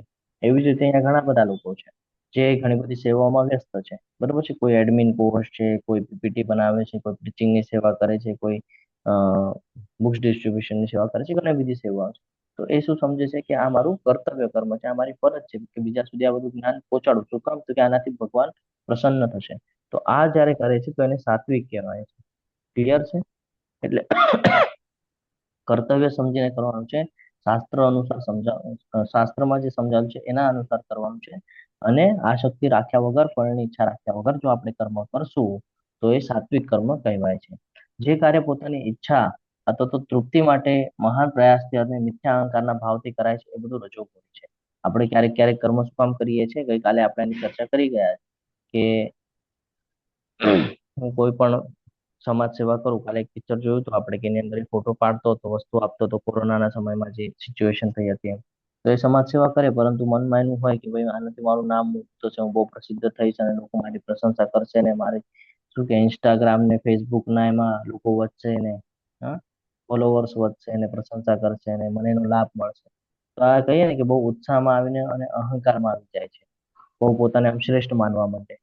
તો આ જે કાર્ય છે ને, આ કર્મ જે છે એ રાજસિક કર્મ કહેવાશે. કેમ? કારણ કે એની સાથે ફળ જોડાયેલું છે, ફળની ઈચ્છા, ફળની અપેક્ષા જોડાયેલી છે. તો ભગવાન અહીંયા આપણને એ સમજાવવા માંગે છે કે જ્યારે આપણે કોઈ પણ કર્મ કરીએ છીએ ત્યારે આપણી વ્યક્તિગત ઈચ્છા, પ્રતિષ્ઠા અને ભૌતિક લાભ જો એની અંદર જોવામાં આવે તો એ રાજસિક બની જાય છે. અને જ્યારે આ રાજસિક છે, આ બારેથી કર્મ કરેલું દેખાય પરંતુ અંદરથી આપણને ફસાવે છે, એટલે આ કર્મ પણ આપણને બાંધે છે. જે કર્મ મોહવશ શાસ્ત્રોક્ત આદેશોની અવગણના કરી અને ભાવિ બંધનની પરવા કર્યા વિના અથવા હિંસા કે બીજાને દુઃખ આપવામાં કે કરવામાં આવે તો તે તામસી કહેવાય છે. જો કર્મ ક્યારે મોહ અને અજ્ઞાનમાં આવીને જો આપણે કરીએ ને, અજ્ઞાન હોય આપણે અંદર ને મોહ હોય કે ભાઈ નહીં મારે જ મારા હિસાબથી કરવું છે, સામે વાળાને મને કાંઈ લેવા દેવા નથી. કોઈ વ્યક્તિ જો ગુસ્સામાં આવીને કોઈ કામ કરી નાખે, ફોર એક્ઝામ્પલ કોઈને છેતરપિંડી કરે, કોઈનું નુકસાન કરી નાખે, જે કાંઈ પણ, અને પછી એને જો કહીએ કે મોહવશ આવીને પરવા કર્યા વગર જો બીજાને દુઃખ આપે ને, તો આ તામસિક કહેવાય છે. કારણ કે એ જયારે એને દુઃખ આપે છે ને તો એના જીવનમાં પણ દુઃખ આવશે. આ સમજવું બહુ જરૂરી છે. આ કર્મના બંધન બંધાવે છે આપણને, એક પછી એક કર્મ, એક પછી એક કર્મ આપણે કરતા હોઈએ છીએ રોજ ડેલી બેસિસ પર. તો એને કેવી રીતે ધ્યાનમાં રાખવાનું છે એના પ્રકાર અહીંયા સમજાય છે કે અજ્ઞાનતા, પરિણામની ઈચ્છા કર્યા, પરિણામનો નિર્ણય લીધા વગર કે આનું શું પરિણામ આવશે એની પરવા કર્યા વગર, બરાબર છે. હંમેશા ધ્યાનમાં રાખવાનું છે કે આપણે જે કરીએ છીએ એનું શું રિઝલ્ટ આવશે. નુકસાનકારક જો આપણે કોઈનું કર્મ કરશું કે કોઈને ત્રાસ આપશું, છેતરપિંડી કરશું, તો આ બધું તામસિક કહેવાય છે. આનાથી આપણું પતન થાય છે. એટલે આનાથી આપણે સદા પોતાને બચાવવું જોઈએ. જે મનુષ્ય ભૌતિક ગુણોના સંસર્ગથી રહિત થઈને, ભૌતિક ગુણો એટલે આ ભૌતિક જગતમાં જે ફસાવે છે ને એ ગુણો, જે આપણને દૈવી અને આસુરી ગુણોની વાત કરી હતી, એ ગુણો, બરાબર છે, જે આપણને ફસાવે છે, આસુરી ગુણો, એનાથી રહિત થઈને અહંકાર રાખ્યા વગર ધૈર્ય તથા ઉત્સાહપૂર્વક પોતાના કર્મ કરે છે. ધૈર્ય એટલે પેશન્સની સાથે, અને ઉત્સાહપૂર્વક એટલે કોઈ પણ પરિસ્થિતિ આવે તો એમાં વિચલિત થયા વગર જો પોતાના કર્મ કરે છે, સફળતા મળે કે નિષ્ફળતા મળે એમાં જો અવિચલિત રહે છે તો એને સાત્વિક કરતા કહેવાય છે. એટલે ભગવાન અહીંયા આપણને સમજાય છે કે આપણે જે કાંઈ પણ કર્મ છે એ આપણે કેવી રીતે કરવાના છે? ભૌતિક ગુણોના સંસર્ગથી રહિત. કોઈ આપણને ફસાવવા માંગે તો ફસાવવાનું નથી ભૌતિક જગતમાં. કોઈ આપણને કહે કે ચલો ફરી આવીએ, ફરવામાં કોઈ વાંધો નથી, પણ એના પછી જે કૃત્યો થાય છે ને એમાં વાંધો છે. તો એટલા માટે ભગવાન કહે છે કે સંસર્ગથી રહિત રહેવાનું છે. અહંકાર વગર. ક્યારેક આપણા પ્રતિકૂળ જશે, ક્યારેક અનુકૂળ પરિસ્થિતિ જશે, તો એમાં અહંકાર ના આવવો જોઈએ. ક્યારે જયારે આપણા ફેવરમાં બધું થાય ને તો આપણને અહંકાર આવે, જો મેં કરી નાખ્યું, જો મારા દ્વારા થઈ ગયું, જો હું શ્રેષ્ઠ, તો આ અહંકાર લાવે. તો અહંકાર ના હોવો જોઈએ. બીજું, જયારે આપણા વિરુદ્ધમાં કોઈ સ્થિતિ જાય ને તો આપણે એમાં ધૈર્ય રાખવું જોઈએ, પેશન્સ રાખવું જોઈએ. પરિસ્થિતિ બદલાય છે, સમય લે છે, પરંતુ પરિસ્થિતિ બદલાય છે. તો ઘણા બધા લોકો અત્યારે ભક્તિ કરતા હશે ને તો જીવનમાં દુઃખ આવતું હશે, તો એને એમ લાગતું છે કે મારા જ જીવનમાં દુઃખ કેમ, હું ભક્તિ કરું છું એટલે. ના, ચેકિંગ થઈ રહી છે. જેમ સોનાને પણ તપાવે પછી એની કિંમત ફિક્સ થાય ને, એવી રીતે આપણને પણ તપાવવામાં આવે છે, ચેકિંગ થઈ રહી છે કે આપણા જીવનમાં દુઃખ આવે છે તો આપણે વિચલિત થઈએ છીએ કે નહીં, ભગવાનની સાથે કનેક્ટિવિટી રાખીએ છીએ કે ભગવાનને છોડી દઈએ છીએ, કેટલું ધૈર્ય છે આપણી અંદર, કેટલા પેશન્સ છે, આ ચેક કરવામાં આવે છે. અને જો આપણે એમાં ધૈર્ય રાખીને ઉત્સાહપૂર્વક કે જે પણ થાય ભગવાનની ઈચ્છાથી થાય છે, એમાં મારે ઇન્ટરેસ્ટ લેવાનો નથી, મારે મારું કર્તવ્ય કર્મ પર ફોકસ રાખવાનું છે, આવી રીતે જયારે આપણે આપણું કર્મ કરીએ છીએ અને સફળતા મળે કે નિષ્ફળતા, એમાં અવિચલિત રહીએ છીએ, એમાં વિચલિત થતા નથી, તો આ બધું સાત્વિક કરતા કહેવાય છે. કર્તાના પ્રકાર છે આ. જે કરતા કર્મ તથા કર્મફળમાં આસક્ત રાખીને ફળો ભોગવવાની ઈચ્છા રાખે છે, તથા જે લોભી, હંમેશા ઈર્ષા કરનાર, અપવિત્ર તથા સુખ દુઃખથી વિચલિત થનાર હોય છે, તે રાજ્ય અર્થાત રજોગુણી કહેવાય છે. ફોર એક્ઝામ્પલ, હું કોઈ પણ કર્મ કરું એની સાથે જો કોઈ ફળની ઈચ્છા આસક્તિઓ રાખેલી હોય મેં, કે એવું થાય મને કે હું આ કરું છું તો એની પાછળ મને આ મળવું જોઈએ, ઓલું મળવું જોઈએ, મને આ પ્રાપ્ત થવું જોઈએ, એવી બધી ઈચ્છાઓ જો હું રાખું છું અને ઈચ્છાના આધારે હું જો લોભ કરું છું, લોભ શું છે આપણે જોઈ ગયા છે, વાસના, લોભ અને ક્રોધ શું છે, નરકના 3 દ્વાર છે. બરોબર છે, અહીંયા જ સમજાવે છે ફરીથી, એ શ્લોક રેફરન્સમાં આપણે લઈ શકીએ છીએ. તો ફળોની ઈચ્છા રાખે છે અને લોભી અને હંમેશા ઈર્ષા કરીએ છીએ બીજા સાથે. આપણે એમ કરીએ ને કે તારી કરતા હું બહુ શ્રેષ્ઠ, આ તો આવો જ છે ને ઓલો આવો જ છે ને, આને કહેવાય ઈર્ષા કરેલી. અપવિત્ર તથા સુખ દુઃખથી વિચલિત થતા હોય તો આ બધું રાજસી કહેવાય છે, રજોગુણી કહેવાય છે, આપણને પતનના માર્ગ પર લઈ જાય છે. જે કરતા હંમેશા શાસ્ત્રના વિરુદ્ધ કર્મ કરે છે, જે ભૌતિકતાવાદી, જિદ્દી, કપટી તથા અન્ય લોકોનું અપમાન કરવામાં કાબિલ હોય છે, અને જે સદા આળસુ, ખિન્ન તથા કામ કરવામાં ના હલચલ કરનાર હોય છે, આ બધું તમોગુણી કહેવાય છે. આ પણ સમજવું જરૂરી છે કે આળસ પ્લસ અજ્ઞાનતા, બરોબર છે, કારણ કે જ્ઞાન નથી શું કરવાનું છે શું નથી કરવાનું, પ્લસ શું કરીએ છીએ આપણે, આપણી જે જવાબદારીઓ છે, આ બધા જવાબદારીઓથી આપણે ભાગતા હોઈએ છીએ. કેવી રીતે? ભગવાનની ભક્તિ તો મારાથી નહીં થાય, માળા નહીં, માળા મારાથી નહીં થાય, શાસ્ત્રનું રીડિંગ નહીં, નહીં, આ બધું મારાથી નહીં થાય.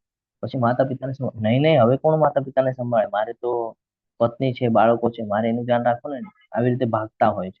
ભગવાન કે છે આ ભાગવાનું નથી, કામ અધૂરું છોડશો ને તો ફરીથી હું પાછો લાવીશ ત્યાં, એ જ લોકોને તમારા જીવનમાં લાવીશ પાછું પાછું, આ જન્મમાં નહીં ને તો આવતા જન્મમાં લાવીશ. અને આ જન્મમાં, આવતા જન્મની જો તે સારા કર્મ કર્યા હશે તને ઉપર મોકલવો હશે મારે, તો હું તને આ જ જન્મમાં એનું રિઝલ્ટ આપીશ. કેવી રીતે આપે છે ખબર છે? આપણે આપણા માતા પિતા સાથે યોગ્ય વ્યવહાર ન કરીએ ને, સેમ વસ્તુ આપણી સાથે થાય છે, આપણા બાળકો આપણી સાથે યોગ્ય વ્યવહાર નથી કરતા, ભગવાન ત્યાંનું ત્યાં બધું બતાડી દે છે. એટલે હંમેશા ધ્યાનમાં રાખજો, તમે એમ માનતા હો કે કોણ મારું શું કરી લેશે, ભગવાન બધાનું બધું કરી નાખે છે. એટલે આ ધ્યાનમાં રાખવાનું છે. મનુષ્ય કોઈ દિવસ એના પર જવું ન જોઈએ, કે એને મારી સાથે આવું કરતો હું એની સાથે કરું. ભગવાનને ખબર છે કોણ કોની સાથે શું કરી રહ્યા છે, ભગવાન એનું રિઝલ્ટ પ્રોપરલી આપી દેશે. આપણે આપવાની જરૂર નથી, ભગવાન જજની જેમ બેસેલા છે, આપણે કાંઈ જરૂરત નથી, આપણે આપણું કર્તવ્ય ઉપર ધ્યાન આપવાનું છે, બાકી ચિંતા કરવાની જરૂર નથી. જયારે આપણે જવાબદારીથી ભાગીએ છીએ, અધૂરા કામ છોડીએ છીએ, તો આ બધું તામસિક કરતા કહેવાય છે. આપણે શું ફરીને આપણને આવવું પડે છે અને કરવું પડે છે. હવે બુદ્ધિના પ્રકાર. હે પાર્થ, જે સમજણ દ્વારા મનુષ્ય જાણી શકે કે શું કરવા યોગ્ય છે અને શું કરવા યોગ્ય નથી, શેનો ભય રાખવો જોઈએ અને શેનાથી ભય પામવું ન જોઈએ, શું બંધન કરતા છે અને શું મુક્તિ આપનાર છે, આ બધાને સત્વ ગુણમાં રહેલી બુદ્ધિ કહેવામાં આવે છે. આનો અર્થ શું છે? હરે કૃષ્ણ.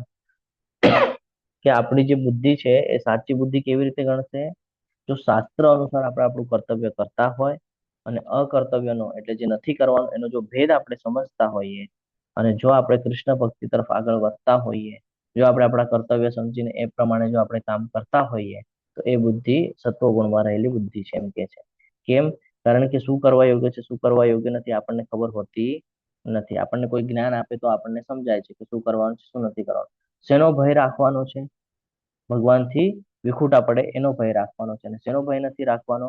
તો કે મૃત્યુનો ભય રાખવાનો નથી, એ આજે ને તો કાલે આવવાનું છે, એટલે એની ચિંતા આપણે કરવાની નથી. શું બંધન કરતા છે? તો કે ભાઈ આસક્તિ અને ઈચ્છાથી કરેલા કર્મો એ બંધન કરતા છે. અને શું મુક્તિ આપનાર છે? તો કે ભગવાનને સમર્પિત કરેલા બધા કર્મોના ફળ એ આપણને મુક્તિ અપાવે છે. તો આ જે બુદ્ધિ છે ને, આ સત્વગુણી બુદ્ધિ હોય છે. તો આવો જે વિચાર રાખે છે ને એને હંમેશા કહીએ કે યોગ્ય પ્રકારે લાભ પ્રાપ્ત થાય છે. હે પૃથાપુત્ર, જે બુદ્ધિ ધર્મ તથા અધર્મ, કરવા યોગ્ય તથા કરવા માટે અયોગ્ય કર્મોનો ભેદ નથી કરી શકતી ને, એ બધું રાજસી અથવા રજોગુણી કહેવાય છે. જેને આ ખબર જ નથી કે મારે શું કર્મ કરવાનું છે ને શું કર્મ નથી કરવાનું. ઇન સેન્સ કે શું? ફોર એક્ઝામ્પલ, અર્જુનજી છે, એનું શું કર્મ હતું? ધર્મના અનુસાર એ ક્ષત્રિય ધર્મ ધરાવતા હતા, તો એનું કામ હતું રક્ષણ કરવું, પ્રજાનું રક્ષણ કરવું, છે ને, એ હતું. તો એનાથી ભાગી રહ્યા હતા, તો એ રજોગુણ કહેવાય છે. આપણે પણ શું કરીએ છીએ, આપણો જે ધર્મ છે, ફોર એક્ઝામ્પલ આપણને જન્મ મળ્યો છે, તો એ જન્મ અનુસાર આપણો શું ધર્મ છે? સૌથી પહેલો ધર્મ છે ભગવાનની સાથે કનેક્ટિવિટી બનાવી રાખવી. આપણી સાથે જે પરિવારમાં જે પણ સદસ્ય આપણને પ્રાપ્ત થયા છે, જે કાંઈ પણ રિલેશન આપણું એની સાથે બને છે, એનું કર્તવ્ય આપણું જે થાય છે એ પૂર્ણ કરવું. બાળક હોય તો પિતા તરીકે, બરોબર છે, માતા પિતા હોય તો એના તરીકે, જે પણ આપણને કર્તવ્ય કરવા માટે મોકલાવેલું છે એ આપણે પૂર્ણ કરવાનું છે. એ અહીંયા સમજાય છે કે એ આપણું ધર્મ છે. બરોબર છે. ભગવાનની જે આ ભક્તિ આપણે કરીએ છીએ, આ બીજા સુધી પહોંચાડવું, આ આપણો ધર્મ છે. ધર્મની રક્ષા કરવી, આ આપણો ધર્મ છે. એટલે આપણે બ્રાહ્મણ, ક્ષત્રિય, વૈશ્ય અને શૂદ્ર ચારેના ગુણ ધરાવીએ છીએ, અને ચારેના ગુણ અનુસાર આપણે ધર્મને સમજીને કર્તવ્ય કર્મ કરવું જોઈએ. અને અધર્મ એટલે શું? તો કે આસક્તિ રાખીને જે આપણે કરીએ છીએ એ બધું ન કરવું જોઈએ, એ અહીંયા સમજાવે છે. જો આનો ભેદ કરી શકીએ છીએ ને આપણે, તો જ યોગ્ય છે. જો આનો ભેદ નથી કરી શકતા એટલે બધું રજોગુણી છે, એમ સમજવું જોઈએ. જે બુદ્ધિ મોહ તથા અંધકારને વશ થઈને અધર્મને ધર્મ અને ધર્મને અધર્મ માને છે અને હંમેશા અવળી દિશામાં પ્રયાસ કરે છે, એ બધું તામસિક કહેવાય છે. આ તામસિક બુદ્ધિ છે, જેને ધર્મને અધર્મને અધર્મને ધર્મ માને. એટલે જે કરવાનું છે એ ન કરે, જે નથી કરવાનું એ બધું કરે છે. એટલે આ સમજવું જરૂરી છે કે એ બધું તામસિક કહેવાય છે. અધર્મ અને ધર્મ માનવું, હા, એટલે કે જે ખોટી બાબત છે એને સાચું માને, અને જે સાચું છે એને ખોટું માને. તમને એમ કહેવામાં આવે કે ભગવાન છે, તો તમે કહો આ ભગવાન નથી. હા, જે છે એ અહીંયા જ છે. અને કોઈ મનુષ્ય પોતાને ભગવાન તરીકે કહે તો કે આ શું, આ ભગવાન છે. સમજાય છે? એટલે ધર્મ ને અધર્મ ને અધર્મ ને ધર્મ, તો આ તામસિક બુદ્ધિ કહેવાય છે. આનાથી આપણું નુકસાન થાય છે. હવે આવે છે સુખના પ્રકાર. જે શરૂઆતમાં ઝેર જેવું લાગે પરંતુ અંતે અમૃત સમાન હોય છે, તથા મનુષ્યમાં આત્મ સાક્ષાત્કાર જાગૃત કરે છે, તે સાત્વિક સુખ કહેવાય છે. કેવું છે આ સુખ? તો કે શરૂઆતમાં ઝેર જેવું લાગે. તમને જો સ્ટાર્ટિંગમાં કે ને ભગવાનની ભક્તિ કરો, રીડિંગ કરો, તો તમે વાંચતા હો ને તો ઊંઘ આવે તમને. કેમ? ઝેર જેવું લાગે, કંટાળો આવે. હા, કારણ કે માયાદેવીનો પ્રભાવ છે તમારા ઉપર, અને માયાદેવી નથી ઈચ્છતી કે તમે આમાંથી બહાર નીકળો. એની તો ઈચ્છા છે તમે કર્મના બંધનમાં બંધાઈને અહીંયા ફસાઈને રહો. તો તમે બહાર નીકળવાનો પ્રયાસ કરશો ને, તો તમારો સંઘર્ષ માયાદેવી સાથે શરૂઆત થઈ જાય છે. એટલે તમને ઊંઘ આવવાનું કરે. જયારે માળા કરે ને ત્યારે મન વિચલિત કરે તમારું. તમે માળા અહીંયા કરતા ને, તમારું મગજ ભૌતિક જગતમાં ફરીને આવતું હોય આખા દિવસના કાર્યમાં. તો આ સ્ટાર્ટિંગમાં ઝેર જેવું લાગે. એટલે ભગવાન કહે છે અભ્યાસ એને તું કોણ છે. જયારે અર્જુનજી કહેતા હતા કે મનને કંટ્રોલ કરવું મને મુશ્કેલ લાગે છે, હું હવાને વશ કરી લઈશ, પણ મન કંટ્રોલમાં નહીં આવે, ત્યારે ભગવાન એને ટોકીને એટલા માટે કહે છે કે અશક્ય કાંઈ નથી, બધું શક્ય છે. તારા હાથમાં છે, તને કરતા આવડવું જોઈએ. તો અહીંયા પણ એ જ છે કે ઝેર જેવું લાગશે શરૂઆતમાં. જો આપણે જયારે નાના હતા ને, તો આપણે બીમાર થતા તો આપણને ડોક્ટર પાસે લઈ જતા, ડોક્ટર આપણને ગોળીઓ આપતા. ત્યારે આપણે, હું કરતો, બાકીનાનું મને ખબર નથી, પણ હું કરતો. મને ગોળી ખાવાનો બહુ કંટાળો આવે. હજી પણ એવું છે કે મને ગોળી ખાવાનો કંટાળો આવે. મને ઘણી બધી ગોળીઓ લખી આપી, પણ હું નથી લેતો, મને કંટાળો આવે. તો કે સ્ટાર્ટિંગમાં એ ઝેર જેવું લાગે, કડવી લાગે, અને પછી લાસ્ટમાં તો કે ભાઈ એનાથી આપણને રાહત મળે. તો આ પણ ભક્તિ પણ એવી જ છે. સ્ટાર્ટિંગમાં ઝેર જેવી લાગશે, પણ લાસ્ટમાં તો કે મુક્તિ અપાવી દે છે, અમૃત સમાન છે. એટલે આ સમજવું છે. અને જે આ સમજી જાય છે એ સાત્વિક સુખ પ્રાપ્ત કરી શકે છે. જે ઇન્દ્રિયો દ્વારા તેમના વિષયોના સંસર્ગથી પ્રાપ્ત થાય છે, અને જે શરૂઆતમાં અમૃત જેવું લાગે પરંતુ અંતે ઝેર જેવું હોય છે, આ બધું રજોગુણી કહેવાય છે. સ્ટાર્ટિંગમાં આપણને ઇન્દ્રિયથી આકર્ષણ થઈ જાય, સ્ટાર્ટિંગમાં બહુ સરસ લાગે કે હા, આ જ જોઈએ છે, આ જ જોઈએ છે, અને પ્રાપ્ત થઈ જાય પછી એની વેલ્યુ ઝીરો. એની વેલ્યુ ઝીરો. સ્ટાર્ટિંગમાં અમૃત જેવું લાગશે, પણ પછી એ ઝેર જેવું લાગશે. હવે આના ઘણા બધા ઉદાહરણો છે, હું નથી આપતો, શોર્ટમાં તમે સમજી જશો. ઘણા બધા ઉદાહરણો છે. સ્ટાર્ટિંગમાં શું થાય કે ભાઈ આ વસ્તુ જોઈએ છે. ફોર એક્ઝામ્પલ હું એકાદું ઉદાહરણ આપી દઉં છું, એટલે તમને ક્લિયર થશે. હું વ્યક્તિનું નથી આપતો, વસ્તુનું આપું છું. કે તમે કોઈ ગાડી પરચેસ કરી, હવે નવી નવી હોય ને ત્યારે તમે એને ખૂબ વ્યવસ્થિત રીતે સાફ સફાઈ કરશો, વ્યવસ્થિત રાખશો, બધું કરશો, બરાબર છે. જેમ જેમ જૂની થશે ને, તમને એની વેલ્યુ ઝીરો થઈ જશે. આ ધ્યાનમાં રાખવાનું છે કે જેની તમને આસક્તિ છે એ વસ્તુ જો તમને પ્રાપ્ત થઈ ગઈ, તો એની વેલ્યુ ઝીરો થઈ ગઈ. એટલે હંમેશા આ ધ્યાનમાં રાખવાનું છે કે શું પ્રાપ્ત થવું જોઈએ અને શું પ્રાપ્ત ન થવું જોઈએ. બરાબર છે.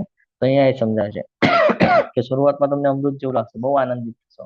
પછી જયારે તમને પ્રાપ્ત થઈ જશે, પછી તમે દુઃખી જ દુઃખી. પછી કહેશો કે અરે ભૂલ થઈ ગઈ મારા. તો આ બધું રજોગુણ છે જે તમને ફસાવે છે. જે સુખ આત્મ સાક્ષાત્કાર પ્રતિ અંધ છે, જે શરૂઆતથી અંત સુધી ભ્રમણા જ છે, અને જે નિદ્રા, આળસ તથા પ્રમાદમાંથી ઉત્પન્ન થાય છે, આ બધું તામસિક કહેવાય છે. આ હંમેશા આપણને ફસાવે છે. પ્રભુપાદજી કહે છે કે આળસ હોય, વધારે પ્રમાણમાં આપણે સુઈ જતા હોઈએ, હા, પ્રમાદથી મળતું જે કાંઈ પણ સુખ હોય, આ બધું વ્યક્તિને આધ્યાત્મિક પ્રગતિથી હંમેશા દૂર કરે છે. રાઈટ સાઈડમાં ઘણું બધું આપણને દેખાય છે.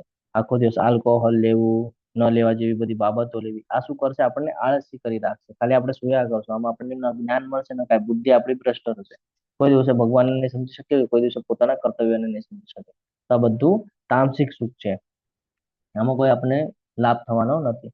જો અહીંયા 4 વર્ણની વાત આવી ગઈ છે, તો અલગ અલગ વર્ણ વિશે આપણે સમજવાનો પ્રયત્ન કરીએ. શાંતિ, પ્રિયતા, આત્મસંયમ, તપ, પવિત્રતા, સહિષ્ણુતા, સત્યનિષ્ઠા, જ્ઞાન, વિજ્ઞાન તથા ધાર્મિકતા, આ સર્વ સ્વભાવના ગુણ છે જે બ્રાહ્મણોના અંદર જોવા મળે છે. જે બ્રાહ્મણ હોય ને એની અંદર આ ગુણ હોવા જોઈએ. જો આ ગુણ હોય તો એ બ્રાહ્મણ છે, નહીં તો એ બ્રાહ્મણ નથી.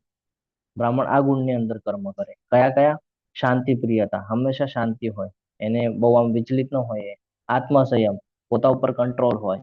હા, તમારા ઘરે જે પુરોહિતો આવે છે એ હોય છે શાંતિ? નહીં. તમે થોડુંક કંઈક બોલી દો, તમને 2 શબ્દ સંભળાવી જશે. આત્મસંયમ, પોતા પર કંટ્રોલ છે ને, ઇન્દ્રિય તૃપ્તિના કાર્ય ચાલતા હોય છે, તમે એ લોકોના ગલોફા જોયા હશે તો ખબર પડી જશે. તપ, ત્રિકાળ સંધ્યા ને એવું બધું કરતા જોવા મળે છે? નથી મળતા. અત્યારની વાત કરું છું હું તમને, બાકી આ તો કર્તવ્ય કીધેલું છે ભગવાને. આ તો તમને યાદ અપાવું છું કે અત્યારના બ્રાહ્મણો નથી એમ. બીજું તો કે પવિત્રતા હોય છે, એની અંદર શુદ્ધિકરણ નહીં. સહિષ્ણુતા, સત્યનિષ્ઠા, જ્ઞાન, વિજ્ઞાન તથા ધાર્મિકતા, જેની અંદર આ ગુણો હોય ને એને બ્રાહ્મણ કહેવાય. બધાને બ્રાહ્મણ ન કહેવાય. ક્ષત્રિય તો કે વીરતા, શક્તિ, સંકલ્પ, દક્ષતા, યુદ્ધમાં ધૈર્ય, ઉદારતા તથા નેતૃત્વ, આ ક્ષત્રિયોના સ્વાભાવિક ગુણો છે. કયા કયા? વીરતા, શક્તિ, એની શક્તિનો યોગ્ય જગ્યાએ ઉપયોગ કરે. એવું નહીં કે ભાઈ આજે હું શ્રેષ્ઠ છું તો હું બધાને મારતો ફરીશ, નહીં. જ્યાં જરૂરત છે ત્યાં ધર્મની રક્ષા માટે, સમાજની રક્ષા માટે વ્યાજબી છે. એક એક્ઝામ્પલ દઉં હું તમને, કે મિલિટરી હોય, જો એ મિલિટરી મેન સરહદ ઉપર ગોળીઓ મારે તો કોઈ વાંધો નથી, એનું કર્તવ્ય છે. પણ ઘરે આવી જાય, રજા પર હોય ને કોઈને ગોળી મારે તો એ ખોટી બાબત છે. એટલે એનો ગેરઉપયોગ ન થવો જોઈએ. એ અહીંયા સમજાવે છે કે વીરતા, શક્તિ, સંકલ્પ, દક્ષતા, યુદ્ધમાં ધૈર્ય, ઉદારતા અને નેતૃત્વ કરવાની ક્ષમતા જેની અંદર છે એ બધા ક્ષત્રિયોના સ્વાભાવિક ગુણો છે. આ આપણી અંદર પણ હોય છે. બરાબર છે. હમણાં બ્રાહ્મણના ગુણો કીધા એટલે ભગવાનની ભક્તિ, ક્ષત્રિયના ગુણો કીધા એટલે શું? કે આપણે પણ આપણા જે ધર્મ છે, આપણા જે શાસ્ત્રો છે એનું રક્ષણ કરવું અને નેતૃત્વ કરવું. એનો અર્થ શું? કે આ જે કાંઈ પણ જ્ઞાન છે બીજા સુધી પહોંચાડવું. આ આપણે પણ કરવાનું છે. ક્ષત્રિય થઈ ગયું. વૈશ્ય, ખેતી, ગોરક્ષા અને વેપાર વૈશ્યોના સ્વાભાવિક કર્મ છે, અને શ્રમ તથા બીજાઓની સેવા કરવી એ શૂદ્રોના કર્મ છે. આપણે પણ કરવાની હોય છે, વૈષ્ણવોની સેવા, ગુરુની સેવા. બરાબર છે. તો આ આપણને સમજવું ખૂબ જરૂર છે. બીજું અહીંયા શું લખ્યું છે? ખેતી, ગૌરક્ષા આપણે પણ કરવાની હોય છે. વૈશ્યોના જે સ્વાભાવિક જે કર્મ છે એ આપણે પણ કરવાના હોય છે. તો આપણી જ અંદર આ 4 વર્ણ જોવા મળે છે. કયા? બ્રાહ્મણ, ક્ષત્રિય, વૈશ્ય અને શૂદ્ર. બરાબર છે. એક જ મનુષ્યના અંદર જોવા મળે છે.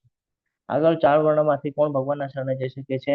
તો કે જે જીવ માત્રનું ઉદ્ભવ સ્થાન છે ને, જે સર્વવ્યાપી છે, જે ભગવાનની ઉપાસના કરીને મનુષ્ય પોતાના નિયત કર્મો કરતો રહીને પૂર્ણત્વ પ્રાપ્ત કરી શકે છે, એ ભગવાનના શરણે જઈ શકે છે. કોણ જઈ શકે છે? જે પોતાના નિયત કર્તવ્ય કર્મો કરતા હોય અને ભગવાનને સમર્પિત કરતા હોય, એના ફળની ઈચ્છા રાખ્યા વગર જો એનું નિયત કર્તવ્ય કર્મ જો પ્રામાણિકપણે પૂર્ણ પામતા હોય તો એ ભગવાનના શરણે જઈ શકે છે. બીજું તો કે અન્ય કોઈના, હવે આ સમજવું બહુ જરૂર છે. જે લોકો ધર્માંતર કરે છે ને, ભગવાન ના પાડી છે આ શ્લોકમાં. અન્ય કોઈના સ્વધર્મરૂપ કર્મ સ્વીકારીને તેને સારી રીતે કરવા કરતા પોતાના નિયત સ્વધર્મરૂપ કર્મ કરતા રહેવું વધારે સારું છે. ભલે પછી તે ક્ષયયુક્ત રીતે કરવામાં આવતું હોય. પોતાના સ્વભાવ પ્રમાણેનું નિર્દિષ્ટ કર્મ કદાપી પાપથી પ્રભાવિત થતું નથી. અહીંયા સમજાય છે કે પોતાનું જે કર્તવ્ય છે ને, ભલે એમાં કોઈ ખામી રહી જાય, હા, તો બીજાના કર્તવ્યને પૂરું કરવા કરતા આપણું કર્તવ્ય વધારે શ્રેષ્ઠ છે. એટલે તમને કોઈ કાલે કે શું આ ભક્તિ ભક્તિ કરે છે, એ છોડી દે, અમારી સાથે આવો, અહીંયા તો આજો, આવી રીતે એન્જોયમેન્ટ છે. ભગવાને ના પાડી છે. બરોબર છે. એક એક્ઝામ્પલ કે સમજી લો કે કોઈની એવી પ્રકૃતિ હોય કે શિક્ષણ આપતું હોય અને કોઈ બીજા વ્યક્તિ એનું કામ જોઈને પોતાનું કામ છોડીને એવું કરવા લાગે તો એ યોગ્ય નથી. ભગવાન એમ કહે છે કે પોતાની ક્ષમતા પ્રમાણે આપણે શિક્ષણ આપવાનું છે. કર્તવ્ય નિષ્ઠાથી વધારે સારું છે. સમજાય છે? ફોર એક્ઝામ્પલ, મારી આગળ કોઈ એક એવી લાયકાત હોય, એક એક્ઝામ્પલ હજી આપી દઉં, મારી આગળ કોઈ એવી લાયકાત હોય કે હું એમાં શ્રેષ્ઠ હોઉં, તો મારે તમારું જોઈને મારે એમાં ન જવું જોઈએ. ફોર એક્ઝામ્પલ, હજી એક એક્ઝામ્પલ આપી દઉં છું, કદાચ કોઈને ખોટું લાગે તો માફ કરજો, પરંતુ આ ઉદાહરણના બેઝ પર આપણે લઈએ છીએ કે ફોર એક્ઝામ્પલ કે હું 32 માળા કરું છું. કેમ કરું છું? કારણ કે હું એ પ્રમાણે પ્રયત્નશીલ છું. હું એ મારા સ્ટ્રક્ચર પ્રમાણે કરું છું. મને ભગવાને એટલી વ્યવસ્થાઓ કરી આપી છે એટલે હું 32 માળા કરી શકું છું. પણ મારું જોઈને જો કોઈ 32 માળા કરવા જાય તો ભગવાન એની ના પાડે છે. ભગવાન કહે છે તારી અંદર જે કેપેસિટી છે તારે એટલું જ કરવાનું છે. હું 100 કિલો ઉપાડીશ તો સામેવાળો વ્યક્તિ પણ 100 કિલો ઉપાડે. ભગવાન કહે છે એ જરૂરી નથી, 1 જ કિલો ઉપાડ. તારી કેપેસિટી 1 કિલો છે તો 1 જ કિલો ઉપાડ. એવી રીતે સમજાવે છે કે આપણું જે ધર્મ છે ને એ આપણે કરવું જોઈએ. આપણે આગળ જે જ્ઞાન છે ને આપણે એના પર ચાલવું જોઈએ. આપણે શું કરીએ છીએ, સામેવાળો બિઝનેસ કરે છે એને એ કરોડોમાં કમાય છે, ચલો આપણે પણ બિઝનેસ કરીએ. ભગવાન ના પાડે છે. ભગવાન કહે છે એનામાં એ ક્વોલિટી છે, તારામાં એ ક્વોલિટી નથી. તારામાં જે ક્વોલિટી છે ને એમાં તું શ્રેષ્ઠતા પ્રાપ્ત કરી શકે છે. આ સમજવું બહુ જરૂરી છે જીવનની અંદર, કે આપણી ક્વોલિટી સમજવી, આપણી શ્રેષ્ઠતા શેમાં છે એ સમજવી, અને પછી એમાં કાર્ય કરવું જોઈએ. જો જો અત્યારે તમે મને કોઈ બીજા કાર્યમાં મૂકી દો, ફોર એક્ઝામ્પલ, હું નહીં બેસું એમાં, હું નહીં કરી શકું, મને નહીં ફાવે, કારણ કે એ મારું કાર્ય નથી. મારું કાર્ય છે જેમાં મને નિપુણતા છે, એમાં હું જો ઉતરું તો અવશ્ય મને એમાં સફળતા પ્રાપ્ત થાય છે. તો આપણે આ ભૂલ થાય છે કે આપણે આપણી શ્રેષ્ઠતા નથી ઓળખતા કે આપણે શેમાં શ્રેષ્ઠ છીએ. આપણે જેમાં શ્રેષ્ઠ છે એમાં આપણે ફોકસ કરવું જોઈએ. આપણને ઘણા બધા લોકો ભલે કહેતા તું ડોક્ટર થઈ જા, તું એન્જિનિયર થઈ જા, નહીં.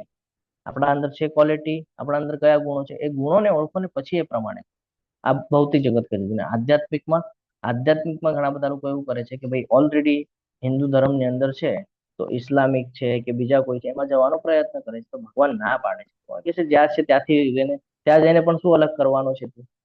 શું અલગ કરવાનો છે? કઈ નહીં, ત્યાં પણ તને ભક્તિ જ મળવાની છે, પણ અલગ અલગ માધ્યમથી મળશે ભક્તિ. તો તું જ્યાં છે ત્યાંથી પણ તો ભક્તિ કરી શકે છે. ત્યાં જઈશ તો એવું છે કે અહીંયા ચાંદીનો હતો ને ત્યાં સોનાનો થઈ ગયો? એવું તો કઈ થવાનું નથી. શરીર છે એ શરીર જ રહેવાનું છે.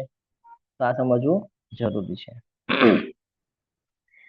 આ પ્રમાણે જે દિવ્ય અવસ્થામાં રહેલો હોય છે તે તરત જ પરબ્રહ્મની અનુભૂતિ કરે છે અને પૂર્ણપણે આનંદમય બને છે. તે કદાપી શોક કરતો નથી કે કશાયની કામના પણ કરતો નથી. તે જીવ માત્ર ઉપર સંભાવ રાખે છે અને આ અવસ્થામાં તે મારી શુદ્ધ ભક્તિ પામે છે. જો આ અહીંયા ખૂબ સરસ રીતે સમજાવે છે કે આ અવસ્થામાં જે રહેલો હોય ને એ હંમેશા શ્રેષ્ઠ જ ફળ પ્રાપ્ત કરે. કોઈ દિવસે વિચલિત ન થાય, કોઈ દિવસે ભગવાનથી દૂર ન થાય. ભગવાન હવે અહીંયા જવાબ આપી રહ્યા છે. બહુ મહત્વનો શ્લોક છે અને ખૂબ સરસ રીતે સમજાવે છે કે શું કરવું જોઈએ આપણે જીવનની અંદર ને શું કરવાથી શું પ્રાપ્ત થાય છે.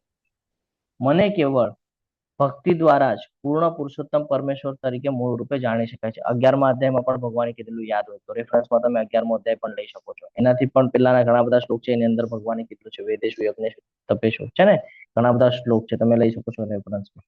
તો ભગવાન અહીંયા કહે છે કે મને જો તારે જાણવું હોય ને કે હું કોણ છું, શું છું, તો તું ખાલી મને અનન્ય ભક્તિ દ્વારા જ તું મને જાણી શકે છે. અને આવી ભક્તિ વડે જ્યારે મનુષ્ય મારી પૂર્ણ ચેતનામાં હોય છે ત્યારે વૈકુંઠ જગતમાં પ્રવેશ કરી શકે છે. એટલે તમને શોર્ટકટ કી આપી દીધી કે તમે કેવી રીતે ભગવાનના ધામમાં જઈ શકો છો. હની બોટલ અહીંયા એક એક્ઝામ્પલ આપેલું છે. એક્ઝામ્પલને આપણે સમજીએ અને આગળ વધીએ. જ્યારે આપણે કોઈ પણ કર્મ કરીએ ને તો એનું ફળ આપણને લાગતું હોય છે, બરાબર છે, આપણને બધાને ખબર છે.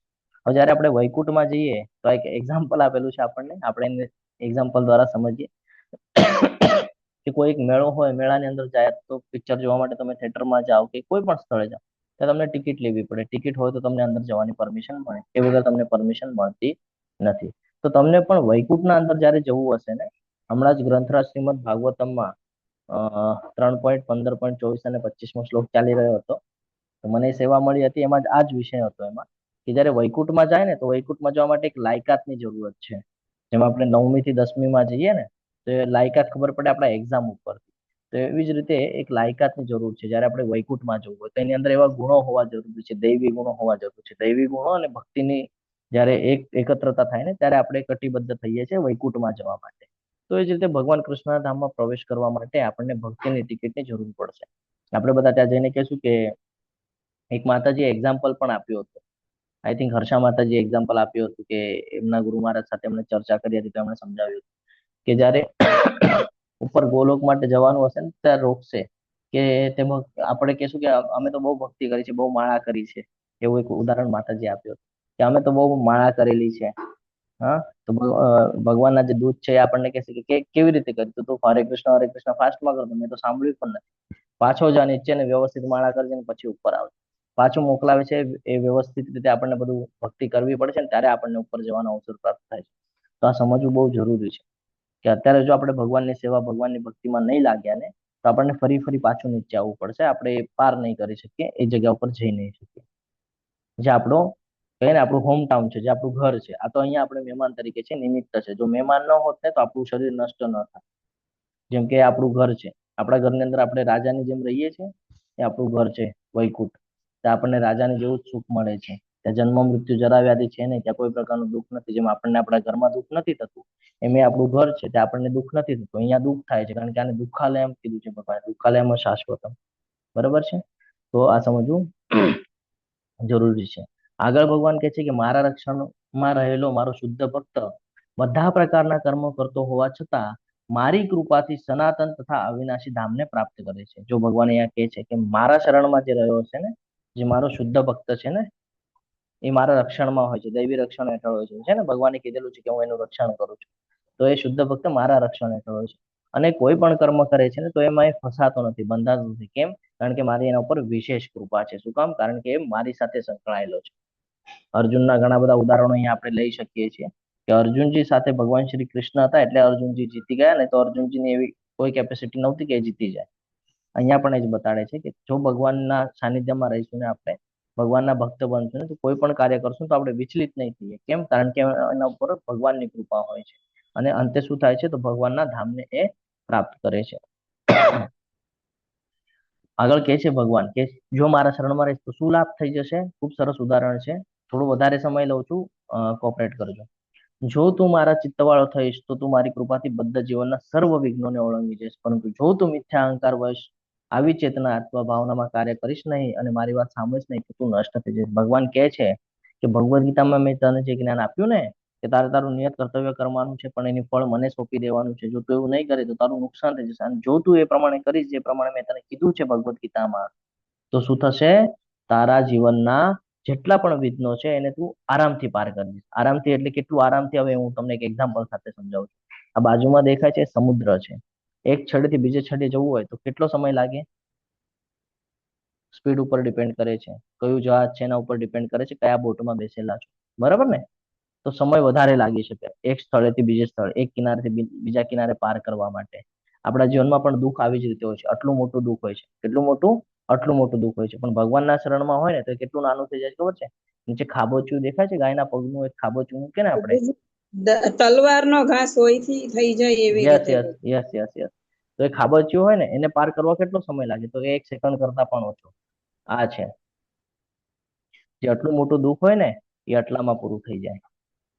અને તમે લઈ શકો છો કયો શ્લોકનો રેફરન્સ લઈ શકો છો? નેહા વિક્રમ નાસ્તિ પ્રત્યવાયો ન વિદ્યતે સ્વલ્પમ અપ્યસ્ય ધર્મસ્ય ત્રાયતે મહત્વ ભયાત.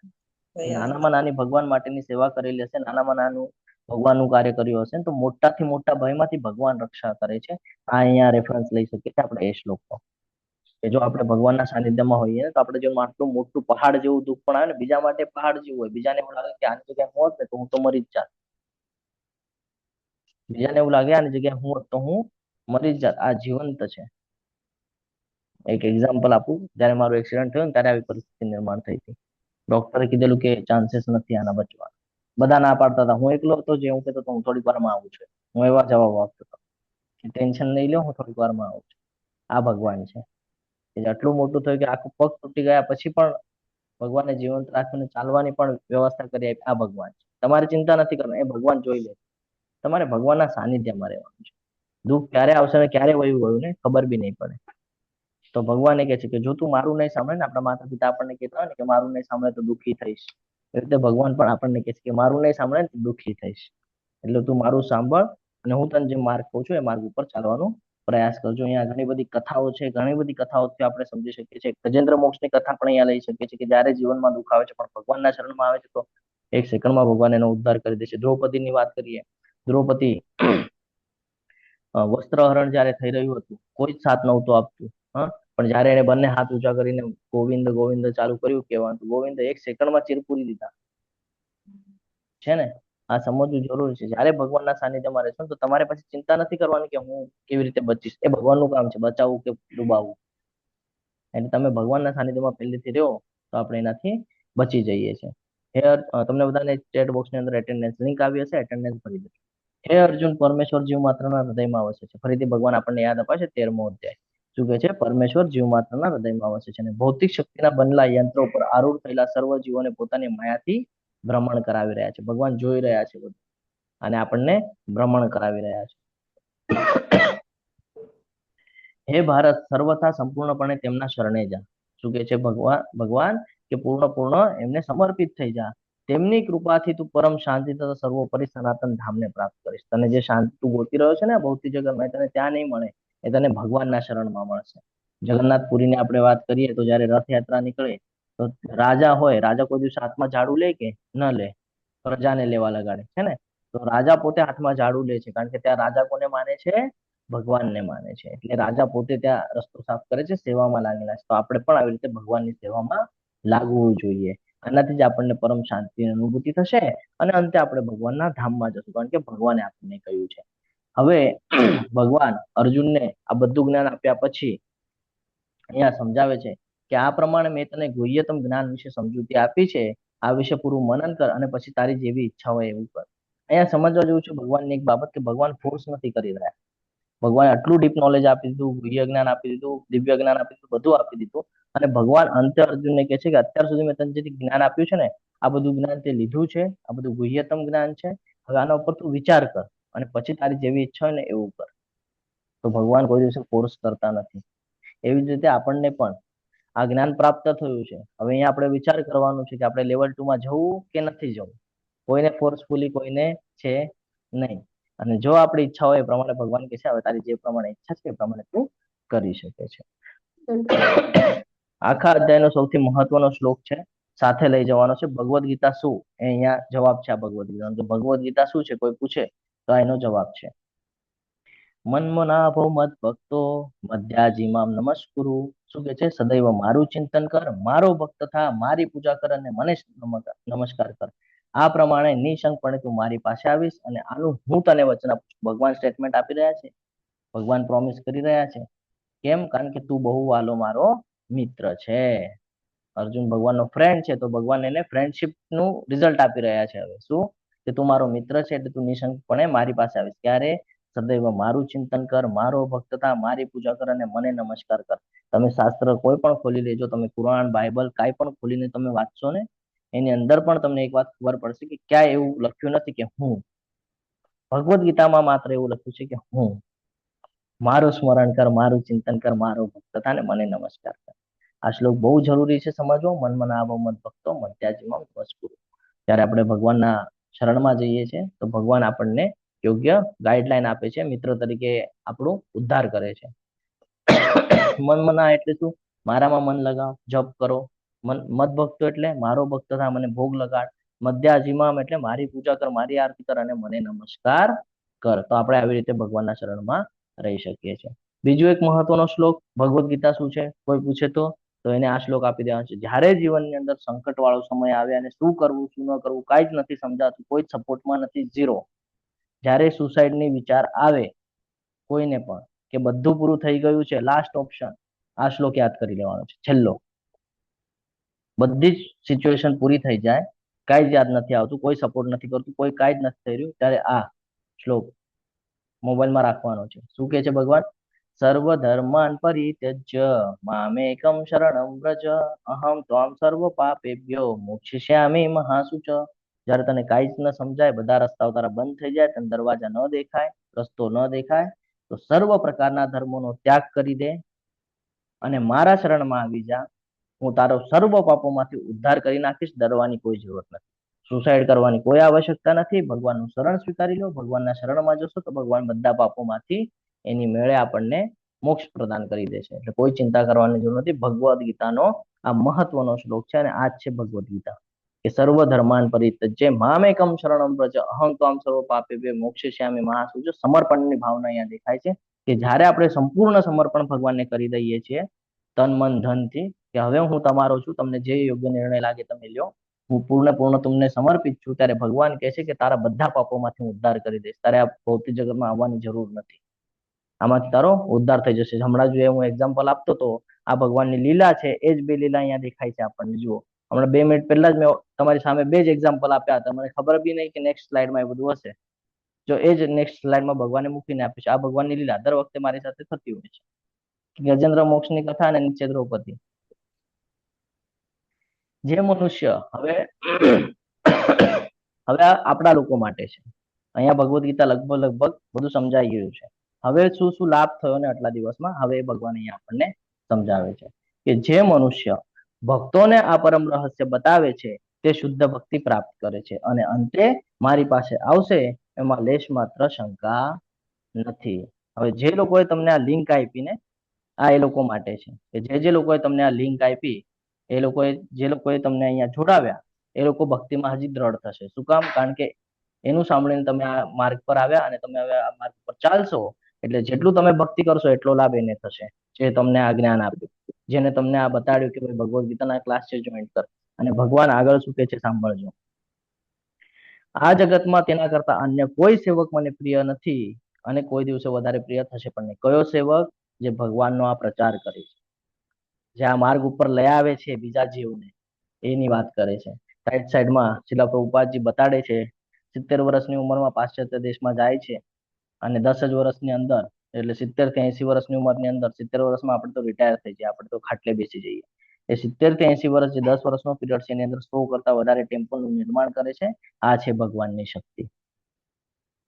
આપણને 1-2 લેંગ્વેજ આવડતી હોય, બહુ તો કોઈને 5-10 આવડતી હશે, આનાથી ઉપર કોઈને નહીં આવડતી. શિલા પ્રભુપાદજી અહીંયા જેટલી લેંગ્વેજ દેખાય છે ને ઉપરથી નીચે, હું બધી વાંચતો નથી સમયના અભાવના લીધે, આટલી લેંગ્વેજમાં એમણે ટ્રાન્સલેશન કરેલું છે આ બધા શાસ્ત્રોનું.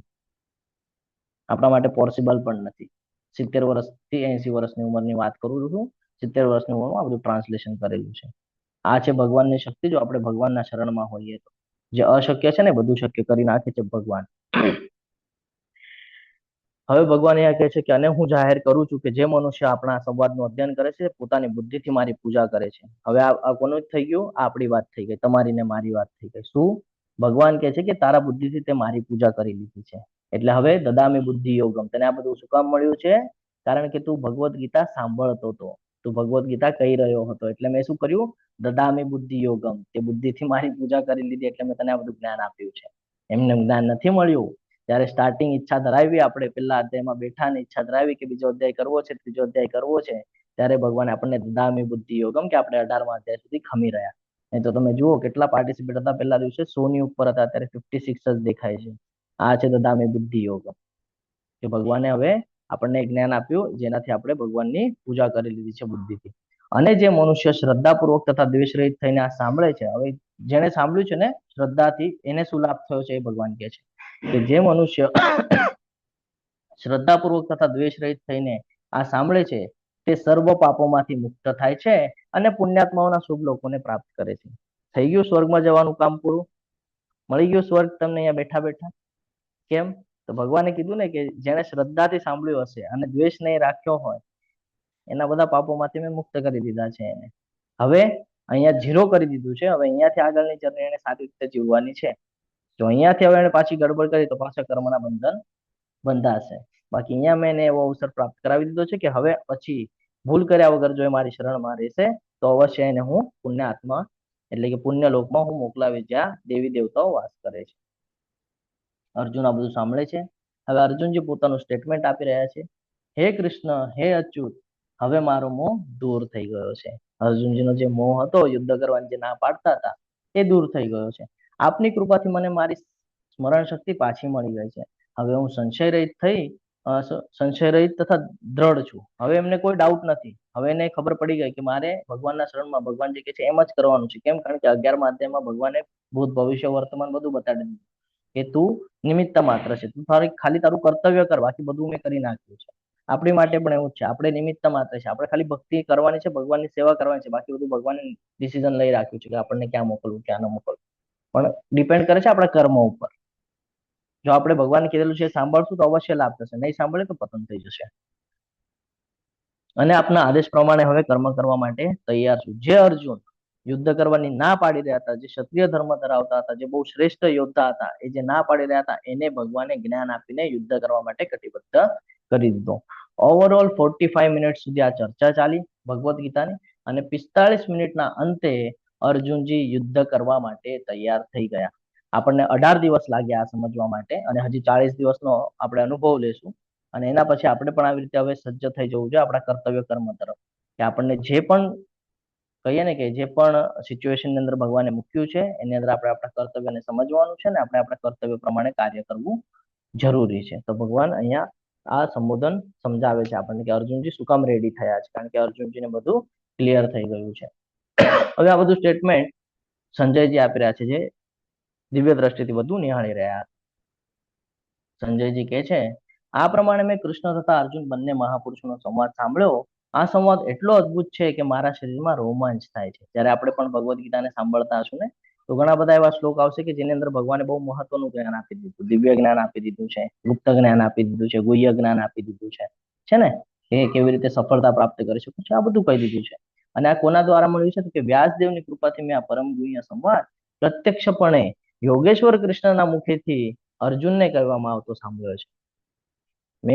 હું આઈ વિટનેસ છું કે છે કે ભાઈ ભગવાન શ્રી કૃષ્ણ યુદ્ધના મેદાન ઉપર ઉભા રહીને અર્જુનને ઉપદેશ આપી રહ્યા હતા. આનો અર્થ એ ત્યાં હવે ધૃતરાષ્ટ્રને એલર્ટ કરી રહ્યા છે કે તમે જે જીતવાની જે તૈયારીમાં બેઠા છો ને, એ કઈ થવાનું નથી, એમ એલર્ટ કરી રહ્યા છે. હે રાજા, જ્યારે હું કૃષ્ણ અને અર્જુન વચ્ચે થયેલા અદ્ભુત તથા પવિત્ર સંવાદનું વારંવાર સ્મરણ કરું છું, ત્યારે પ્રતિ ક્ષણે હર્ષ વિભોર થઈ જાઉં છું, મુહુર મુહુર આનંદિત થાઉં છું. ખૂબ જ આનંદ આવે છે મને, કે છે જ્યારે હું આ સાંભળું છું ને ભગવદ્ ગીતા. ઘણા બધા લોકો હશે જે ભગવદ્ ગીતા સાંભળે ને તો એને એક એનર્જી આવી જતી હશે એના શરીરના અંદર. જે લોકો જૂના ડિવોટીસ છે ને, એ લોકો આ એક્સેપ્ટ કરશે કે જ્યારે ભગવદ્ ગીતા સાંભળીએ છીએ ને, તો એક અલગ પ્રકારની એનર્જી આવી જાય કે હા, ભગવાનની ભક્તિમાં જ બધું રાખેલું છે, બાકી તો કઈ છે નહીં. આગળ વધીએ. ભગવદ્ ગીતાનો સૌથી છેલ્લો શ્લોક અને સૌથી મહત્વનો શ્લોક, જેમ પિક્ચર પૂરું થાય તો ક્લાઇમેક્સ આવે છે ને, એવી રીતે આખા ભગવદ્ ગીતાનો સૌથી મહત્વનો શ્લોક, મારો ફેવરેટ અધ્યાય અને મારો ફેવરેટ શ્લોક. અત્યાર સુધી મેં તમને કીધું નહીં હોય કે મારા કયા કયા અધ્યાય ફેવરેટ છે. આજે હું તમને કહીશ કે મારા કયા કયા અધ્યાય ફેવરેટ છે. મારા ફેવરેટ અધ્યાય માનો એક અધ્યાય 18મો અધ્યાય, અને ફેવરેટ શ્લોકોમાંનો એક ફેવરેટ શ્લોક જે આ શ્લોક છે. આ શ્લોક સાંભળ્યા પછી તમારા અંદર એવી એનર્જી આવી જશે કે તમે બીજું બધું છોડી દેશો અને સીધા ભગવાનના ચરણમાં જશો. આ સંજયજીનું સ્ટેટમેન્ટ છે, સાથે લઈ જવાનું છે. શું કે છે સાંભળીએ આપણે. યત્ર યોગેશ્વર કૃષ્ણ યત્ર પાર્થો ધનુર્ધર. જ્યાં યોગેશ્વર કૃષ્ણ અને ધનુર્ધારી અર્જુન, એટલે કે જ્યાં આ ભગવદ્ ગીતા છે, કારણ કે યોગેશ્વર કૃષ્ણ અને અર્જુન ક્યાં છે? ભગવદ્ ગીતાની અંદર. કે જેની પાસે યોગેશ્વર કૃષ્ણ અને ધનુર્ધારી અર્જુન આ ભગવદ્ ગીતાનો સંવાદ જેને જીવનમાં ઉતાર્યો છે, જે એ સંવાદ પ્રમાણે જીવન જીવવાનું ચાલુ કર્યું છે, તત્ર ત્યાં શું થશે? શ્રી વિજયો ભૂતિર ધ્રુવા નીતિર્મતિર્મમ. શું થશે? 4 વસ્તુ થશે. કઈ 4 વસ્તુ થશે? ત્યાં ઐશ્વર્ય, ઐશ્વર્ય પ્રાપ્ત થશે એને જો એ ભગવદ્ ગીતાના અનુસાર જીવન જીવશે તો. બીજું, હંમેશા વિક્ટરી મળશે એને. મળી ગયું જવાબ, કે તમે ખાલી ભગવદ્ ગીતાના અનુસાર જીવન જીવશો તો હંમેશા જીવનમાં સફળતા પ્રાપ્ત કરશો, સિચ્યુએશન કઈ પણ રહેવા દે. ભૌતિક જગતમાં પણ પ્રાપ્ત થશે, આધ્યાત્મિકમાં પણ પ્રગતિ થશે, હંમેશા વિજય પ્રાપ્ત થશે તમે જો ભગવદ્ ગીતાની જેમ જીવન જીવશો.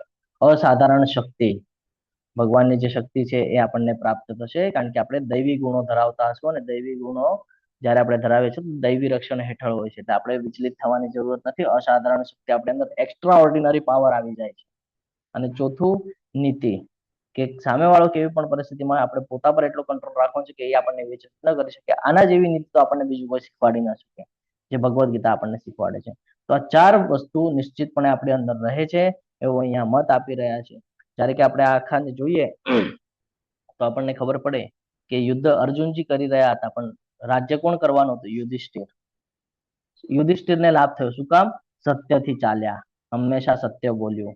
ભગવાન શ્રી કૃષ્ણના તરફથી હતા, ભગવાન શ્રી કૃષ્ણને એ પણ માનતા હતા, તો એને ફાયદો થયો. કોના માધ્યમથી?